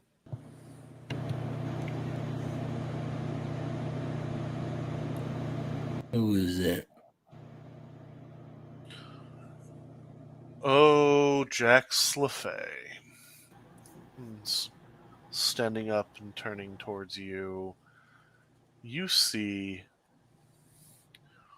one of Titania's more direct sons.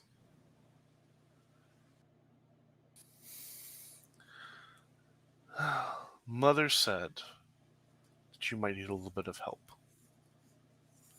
You would know this individual as Jordan LaFay. I lovely. I wonderful. I'm going to look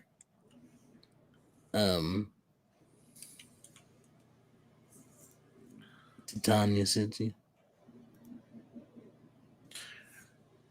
She wanted to make sure that she knew about your little hidey hole and wanted to make sure that it was secured and safe. That's my job. Well, I appreciate that. Everybody, Jordan, everybody. And he nods in time. Adam Levy, Coraline Emberton,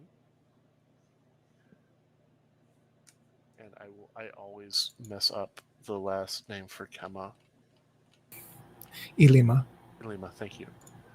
Kema Elima. Ellis. Ellis, thank you so much. I am so sorry. Who's this Kema? Ellis Elima.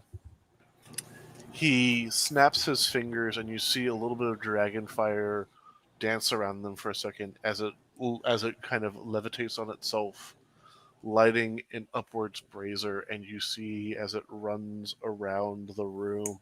Something that you know for a fact, Jax LaFay, you did not put into this place. This man is showboating in your space. Did you set that up just to do this? Just to do this. And you see that it is clean. There's a fully stocked bar in the back. There is a bandage. There is a station for being bandaged if you are wounded.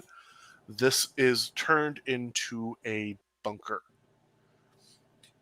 And you see for all four of you that there is corresponding to your color of your transformation. There is a door.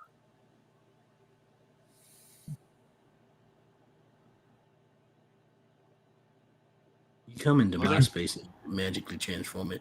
You could have warned somebody. Send a note next time. Did you not get my note? Say what now?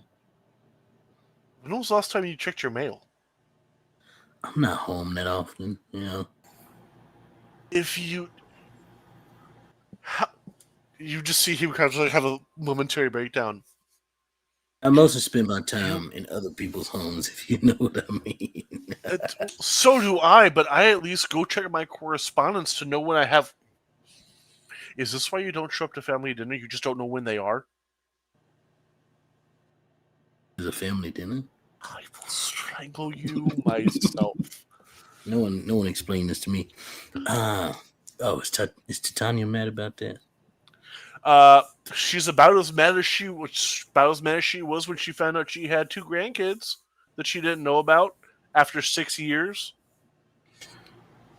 All right, team. Expect me to be in the hospital for about 6 months. No. What you're doing right now is she told me to let you know that it is on deferred status until this is resolved. All right. Faking their rules and family dinners and all this. All right. Do you mind giving us some privacy for a minute? We got things to talk about. He snaps himself, and you see him kind of stepping back. If you need me, he taps a portrait as he kind of slips into it. Just call. As it turns into him in your space, having this very lean back, hand in the waistcoat, very charming smile on his face. You know, normally I'd be mad, but I gotta recognize, when someone's good at what they do, that is something pretty flashy still. This is a lot. Okay. So first, we're not killing people. Just as a general, let's put that out there.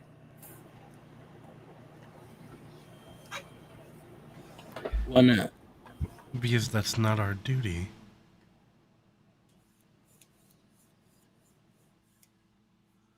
I think we may have interpreted our oath a little bit differently.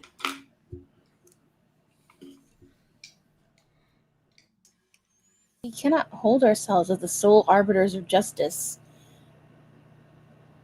And we cannot use our personal feelings as the measuring rod. Well, not to play devil's advocate, but speaking of justice, I did remember hearing something about multiple judges being in the pocket of the person that was apprehended.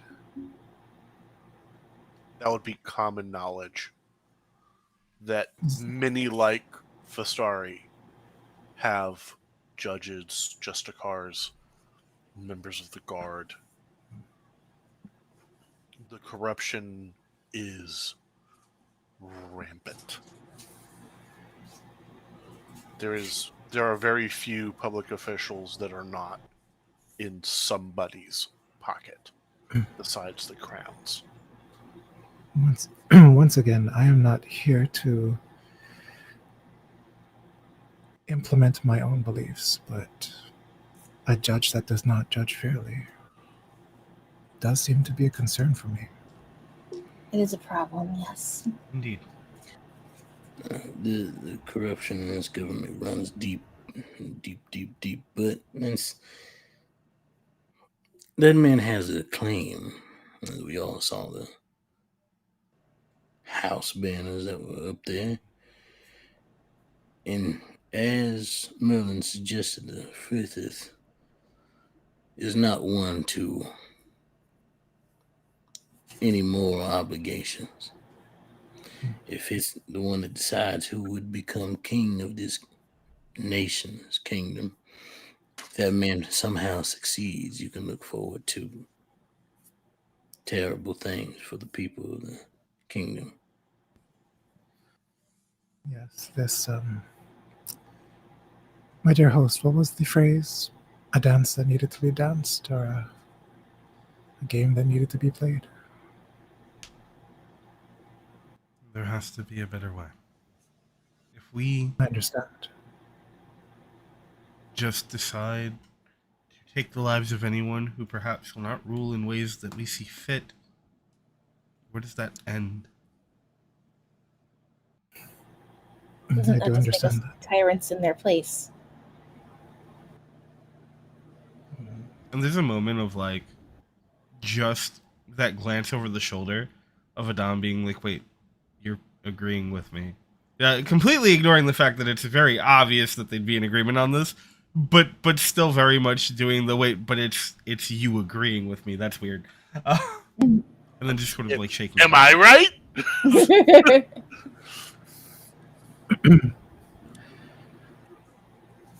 All right, if there's a better way, you let me know. The way I see too will it, be waiting.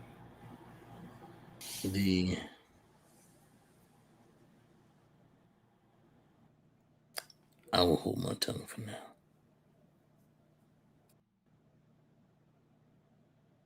As I had stated, What do you suggest this is we not. do? As I had stated, this is not within my jurisdiction. However, I will say a piece here that this saying, game to be played, a dance to be danced, I will remind that I am not a player of a game. I am a judge, and rules mean something different to me. But never mind on this. Sir LaFay, is this base an old spot for you? Something the four of us used to go to in times after everything. I see. Oz begins poking around, picking up pieces of paper, chuckles as he pulls up a piece of paper that says Ching was here, crumples it up and tosses it.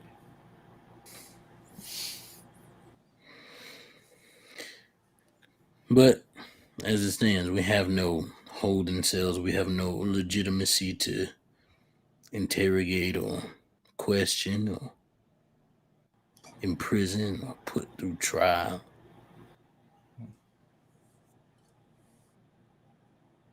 We have the Frithid, and that's it. Well, maybe the Lady of the Lake. I don't know.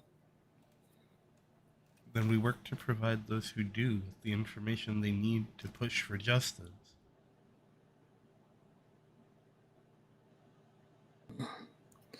My worry is what happens when they do. And those that can do such things as to the good old Damien step onto the battlefield. We can't be everywhere at once. We can't protect everybody in all places at all times. People will die. Regular people. Are you prepared for that? If we go down this path, it may just well happen.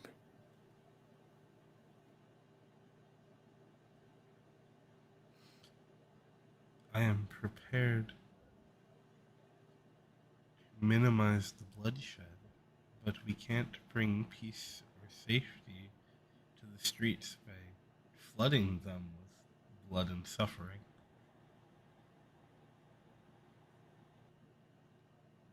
I understand that occasionally these things may be unavoidable in the heat of battle, but that's different from having a downed man and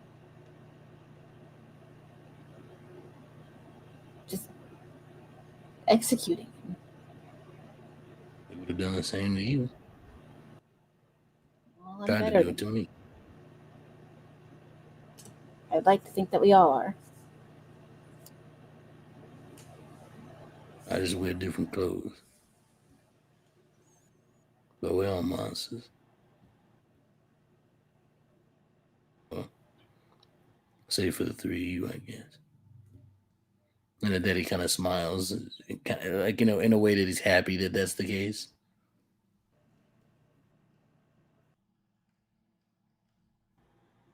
I appreciate the sentiment.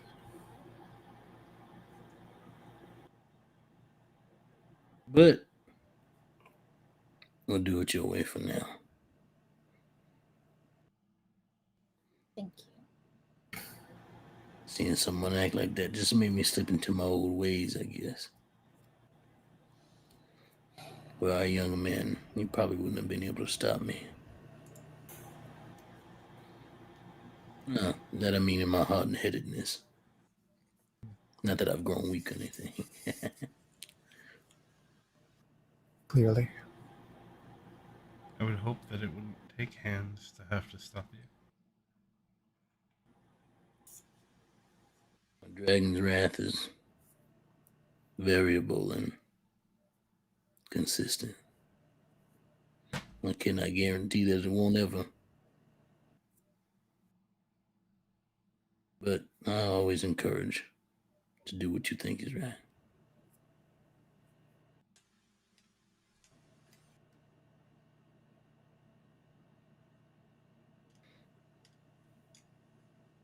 But for now, what do we do if we don't take out these bastards and their ideals? Where does that leave us?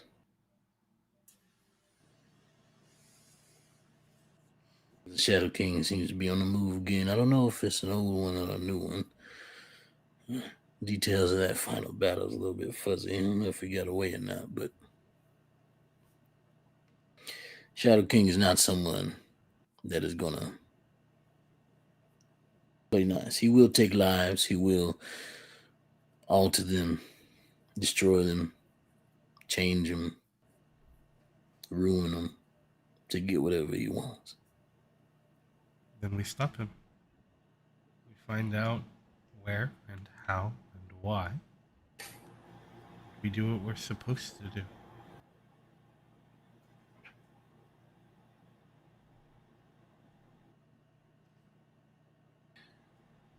Well, in that case, I believe a little bit of research is required. I pull out the book and I bring out the ink print. After taking the ink print, this bit of evidence came to light. I place it down for everyone to see the different words and the different etchings that the ink blot has created. What does it say? Virility is one. It's a little hard to read. I didn't get a chance to safely place it in the book. But it seems to be some sort of concoction or recipe at the end. Now that you have the time and are in a place where you are not under eyes looking at it, what you see from the bottom of the page, it says desire, strength, virility, desire, strength, virility. At the very bottom of the page, it has hair of a boar, soul of a man consumed by greed, and then breaks down into further, more traditional alchemical ingredients. And the scent, though, even pressed, of sweet, wet, fertile earth, black earth, permeates your nose, Jax LaFay.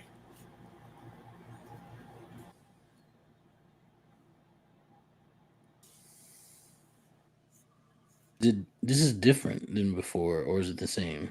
It's very much the same.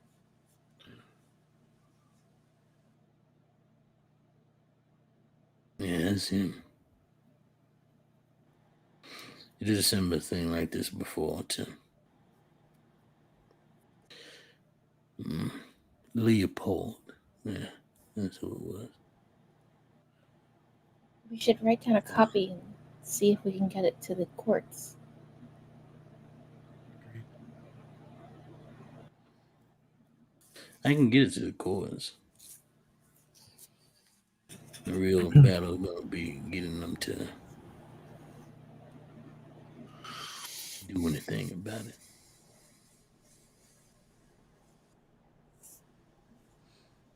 Perhaps we should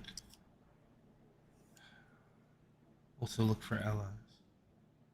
I know it's been quite a long time, but anyone who may still be around or know about or experience what happened. Well, there's a number of people that Jax, who would still be in moderate correspondence with, who were around back then. Some of them are still within the city. Again, the old captain of the guard is still the same. There are members of the court, even members of the royal family, who are still around for the expanded one. You know that if you wanted to make the trip to the Tutadanan, there are people over there that you could visit. You know that if you made your way to Avalon, there are people there you could talk to. You know that if you were able to get a letter to or a correspondence with an invitation from the Lady of the Lake, that she would have information and the like. That there are people you could reach out to, but none of the ones that would have pertinent. Sorry. None of the ones that would have pertinent information would be easy for you to get to very easily or would take time for correspondence to play out. So depending on how much you'd be looking at doing, I mean, even for the constabulary, the captain is the same as was there before. She was the one that was initiated into the role for the commander of the constabulary. So depending on what it is you are trying to do, there are resources who were there, but who knows?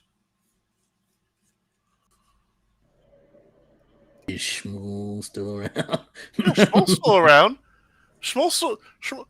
You're kicking it in his house half the time. Schmoll's still alive. It's my best friend, y'all.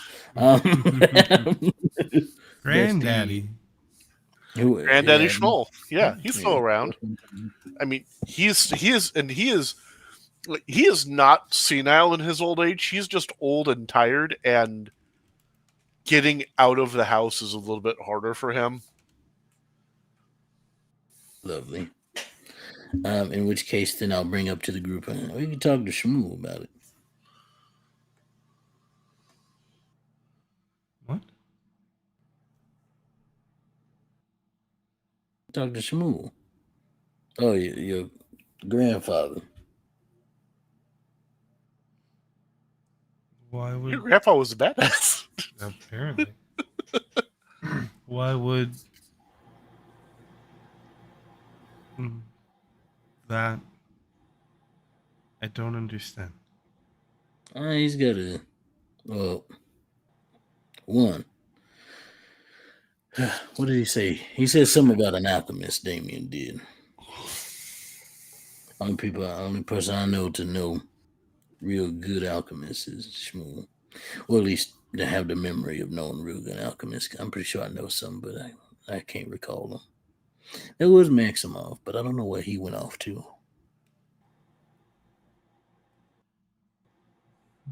Being immortal and all that, moving around and all that good stuff that you like to always spout on and on about.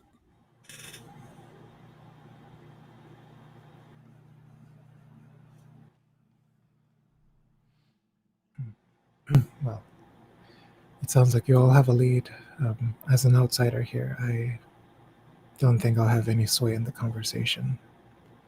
That's what I think you're wrong. I think you might come in handy pretty well. I think you underestimate the weight that a guest in the household would have with my Zadie. In other words, how good are you at breaking into places? That was not what I meant, although As a judge, I find it unconscionable, Sir LaFay. It's out of your jurisdiction. I'm not outside of my conscience, sir. Everybody's got morals. These newfangled morals. How did we get So much easier back in your day, Jack. How did we get from talking to an old man to breaking and entering? let us not consider perhaps yet breaking into Zadie's office when it could be as simple as a conversation perhaps leveraging our guest's desire to understand better the history of the family. Keep your options open.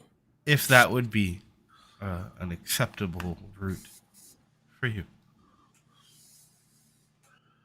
I will say that given the time, even though it might be at this point early to mid-afternoon, probably mid-afternoon, especially for those of you who are not used to actual combat, the weight of the exhaustion is probably starting to set in a little bit.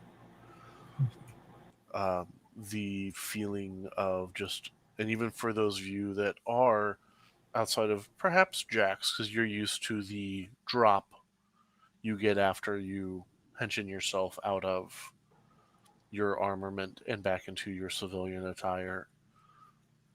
There is, I think for all of you, just this little bit of a tiredness.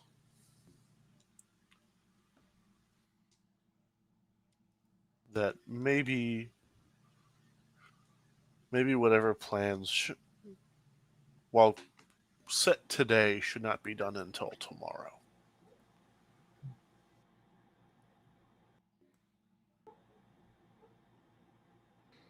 Oh, y'all must be getting old. Power Ranger the blues. I forget what we used to call them. Oh, morphine sickness. There you go. That's what it is. Great name. Just a little tired is all. Yeah, I mean that's what it does. Yeah. We can talk about this tomorrow. However, I don't think it's at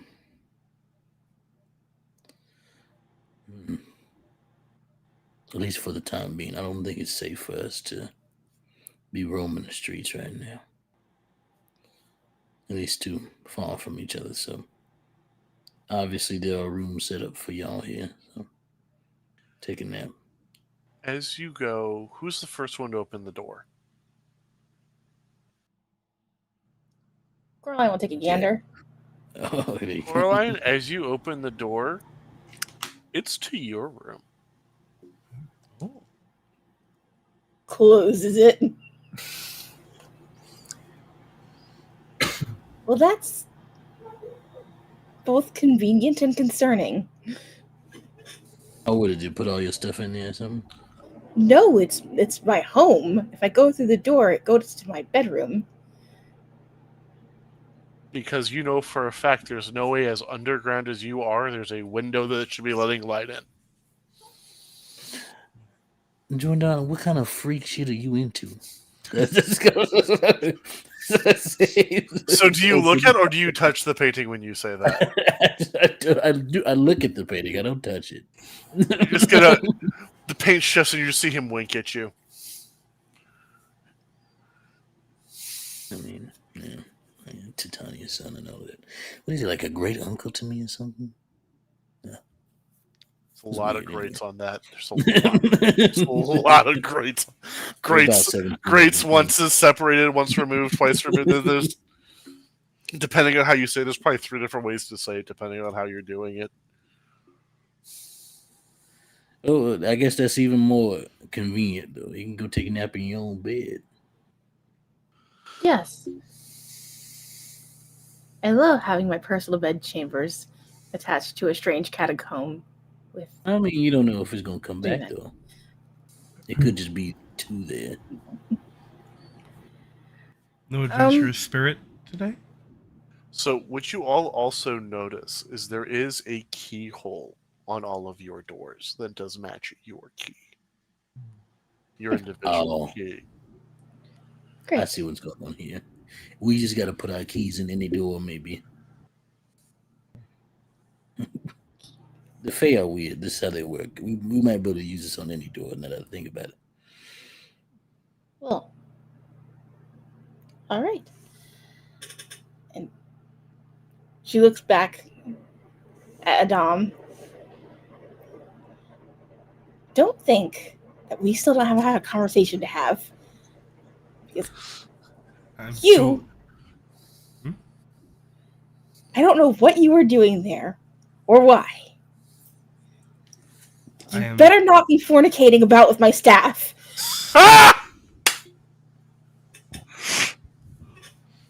If you can get me the names of your staff, perhaps I can confirm one way or the other. It's a good day. I am honestly surprised you would remember names.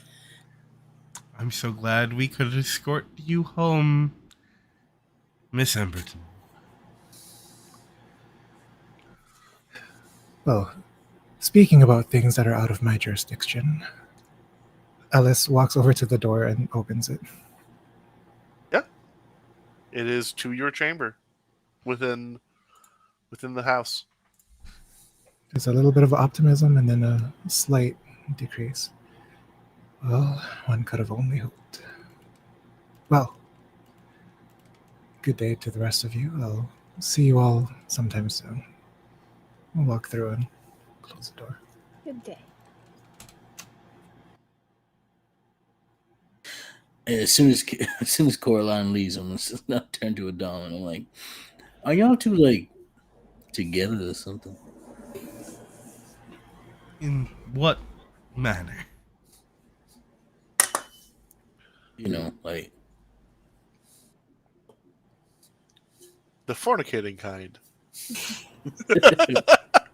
thanks, Jordan. That You actually see Jordan actually just reach out of the window. Gotcha.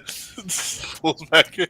Adam stops just about like half a step from the door and goes, "Cousin, you have, I think, today already assailed me with all of the mental and emotional anguish that I can stomach. Please do not bring more to bear with such a suggestion." that bad, huh? Worse.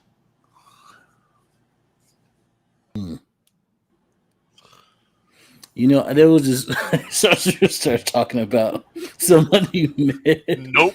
in France one time. Just long enough for the first time that Jax like stumbles on the story, trying to recall details, and then is yes.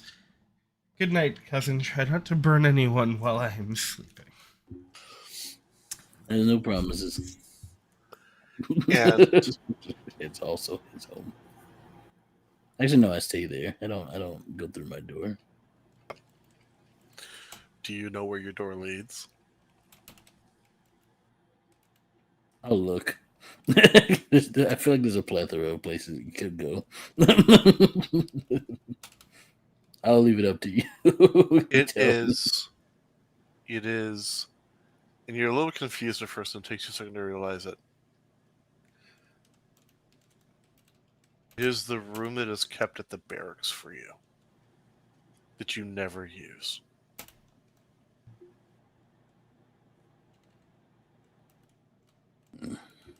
Close it. I go to sleep on the couch. You go and fall asleep on the couch, and very quickly we're going to go through.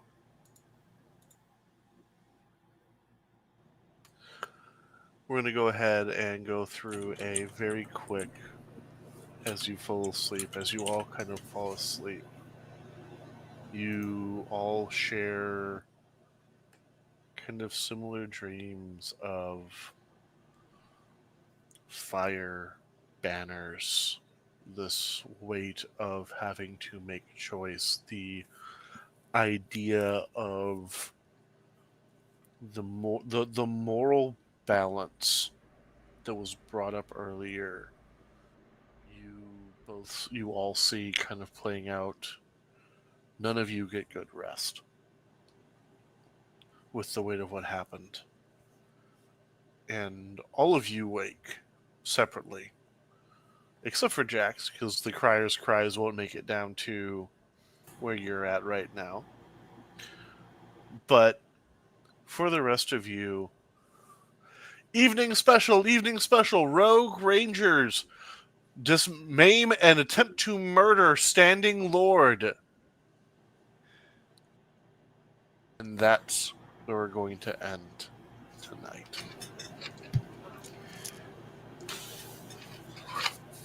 Great. That was a lot. And now Okay. we're criminals. We were born criminals. Iconic. Truly. So, we're going to go ahead and pop popcorn off. I will go second to last, and then I'm going to pass it over to Lion so the boss can give us the outro. So, who wants to start us off? I'll do it. Hey, Because why not? Hello. That is, I am Extel. That is who I am. Who are you? You can find me at Extra the King. So don't worry about Nerd. it. I played Jax tonight. Good old Jax LaFay, who is both tormented by the fact that he's a killer and also enjoys the fact that he's a killer in many different ways. Hey, when There's a you're lot good of at what things you're going good on. at. He also did just remember suddenly, all of a sudden, in the beginning of this episode, stumbling upon his cousin dead, killed by a person literally doing this exact same thing. So, a lot of emotions came back up. Anyway, It's okay. We couldn't tell. There was no clue whatsoever that there was any sort of emotional like investment in any of it. don't worry about it. But yes, you can catch me on Sundered Skies, which I believe is coming up this Sunday. As a storytell for it's not storytell as I GM. It's not vampire. Don't worry about it. As a GM Sling for tails. slinging the tails, slinging them. For Lion, Q, Cass, and Taylor, as they go through wonderful times. The sky just got sundered. You can see what they're going to get up to now. We made it to what, episode 3 before this guy got sundered? Pretty solid record. Everything's fine. Yeah. Don't worry about it. Also, see if you can get your thing I'm doing with the titles. You'll see. Say. But yeah, you can catch me there. You can catch me in Don't Kill My Character, where I storytell and play in Sanguine Scourge. I'm at the camera table as a player, and at the Anarch table as a storyteller. Next Friday, I'll be there back as storyteller for the Anarch table, and they're gonna get into some wild stuff. Don't tell them I said that; they'll be scared. And then you can catch me you can catch me a bunch of places. Just follow me on socials, and you'll find out because you'll see stuff. I'm also gonna start playing. You can join my werewolf, vampire, or 2 vampire games, Fall of London and Chicago by Night, as well as a Rage in LA story with werewolf. That has 2 more slots available. 3 slots have been filled up, so come on by and join the games and have me storytell for you. It's a good time. I've been told that I am a good storyteller. I like to believe it, so I continue to let people lie to me. I believe what you were told was by somebody at this table that you are the best vampire storyteller. Yeah. I mean, how could I? I mean, Jason Carl exists. That's valid, though. Hang on. Okay, I'll clarify this because I think it's important, because I'm not giving you any excuses to dodge the compliment. No. What I had said was, you are the best vampire storyteller I have ever been at the table with. I've never shared a table with Jason Carl. I stand by my statement. It's That's you. fair. It's all you. Listen, It's all you, baby. It's all you. I will take it. Okay, it's you've heard it here first. I'm taking it. But yes, you do that stuff, and you'll see stuff more from me. Maybe, probably, yes, you will. I'm also the social media manager here at Tales from the Table Studios. So follow us on the socials and all that stuff to get notified of all of our good shows and things happening on in the channel and whatnot. But I will kick it over to, since we're popcorn, and I'm giving it to Kemma. That's right. It's you. You go now. Hey everybody, it's been your favorite them, Kim. I'm like all the other nerds you follow, but thoroughly hydrated this time. With your Despite fantastic what other bottle of people say. water. Look, water. If you have a question, it contains water at the very least. And yes, it does count. Did I take time to write all this for no reason? Maybe. Oh my Oh god! my god. You know what? For being good sports, cheers. That's actual. Actual water! No, it's Oh my god! not. Hold on. Popcorn to K. That's you're a monster. This is I am. this is I the will- best night. I applaud you, sir. So I'm Kay. I played Coraline. It was great. You can't find me anywhere. I don't exist. Yeah, and we'll pass it on Yep. to Lion, I guess. To Grim, actually. Grim, I guess. Yep. Hello, everybody. My name is TR Grimm. You can find me everywhere on the internet at empathic_Grimm. You're a little quiet again. I'm so sorry. God darn it. I am a game designer, game reviewer, and game runner by trade, you can find me again anywhere at @Grim. You will soon find me on YouTube also because I'm about to get my my Wild Seas game up there as well as on Spotify for podcast. So and that's everything for me. Don't forget to tell your stories. I'm sorry. Don't forget to tell your tales. There it is. And I will go ahead and pass it over to Lion. Hey. Hey, y'all, it's Drake Lionheart. Most people call me Lion. I use they, he pronouns, and you can find me everywhere online at it's Drake Lionheart. Pretty much everywhere. Not at the thing I haven't used in quite a while, and I don't know why that's where my brain went. But it's fine. You can find me everywhere. You know what? I blame Kemma for this. That's what's happening. Kemma broke all of our brains. Yeah, my brain's just no longer functioning. You should really hydrate more. It helps with your memory.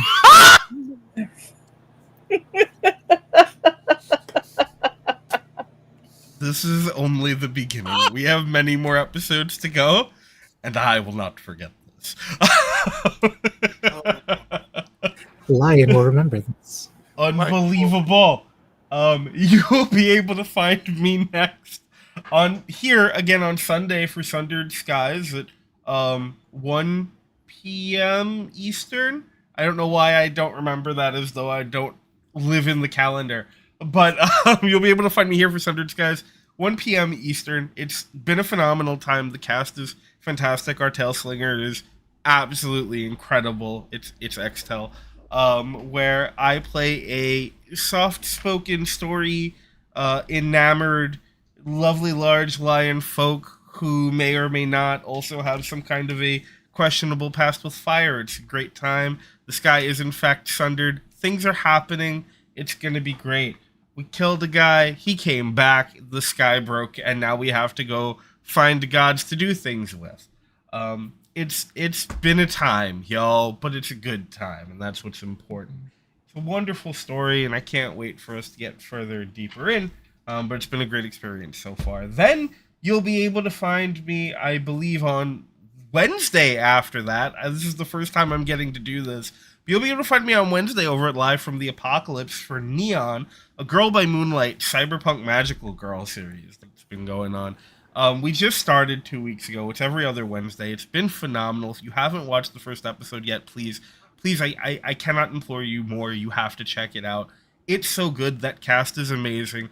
I was lucky enough to be able to sit and just kind of watch a lot of it because being the Enigma playbook, didn't show up until the end conveniently. But I'm real excited. It's been a great time. Everyone's phenomenal, and we're going to be getting real deep into a lot of exploring what loss and trauma look like and what it means to have to move on and what it means to have to move on. It's great. You should definitely check it out. Wonderful people all around. Besides that, you can find me here behind the scenes on everything. We're going to have another episode of Sentai and Sensibility on Tuesday. So that's going to be great. That's the other table.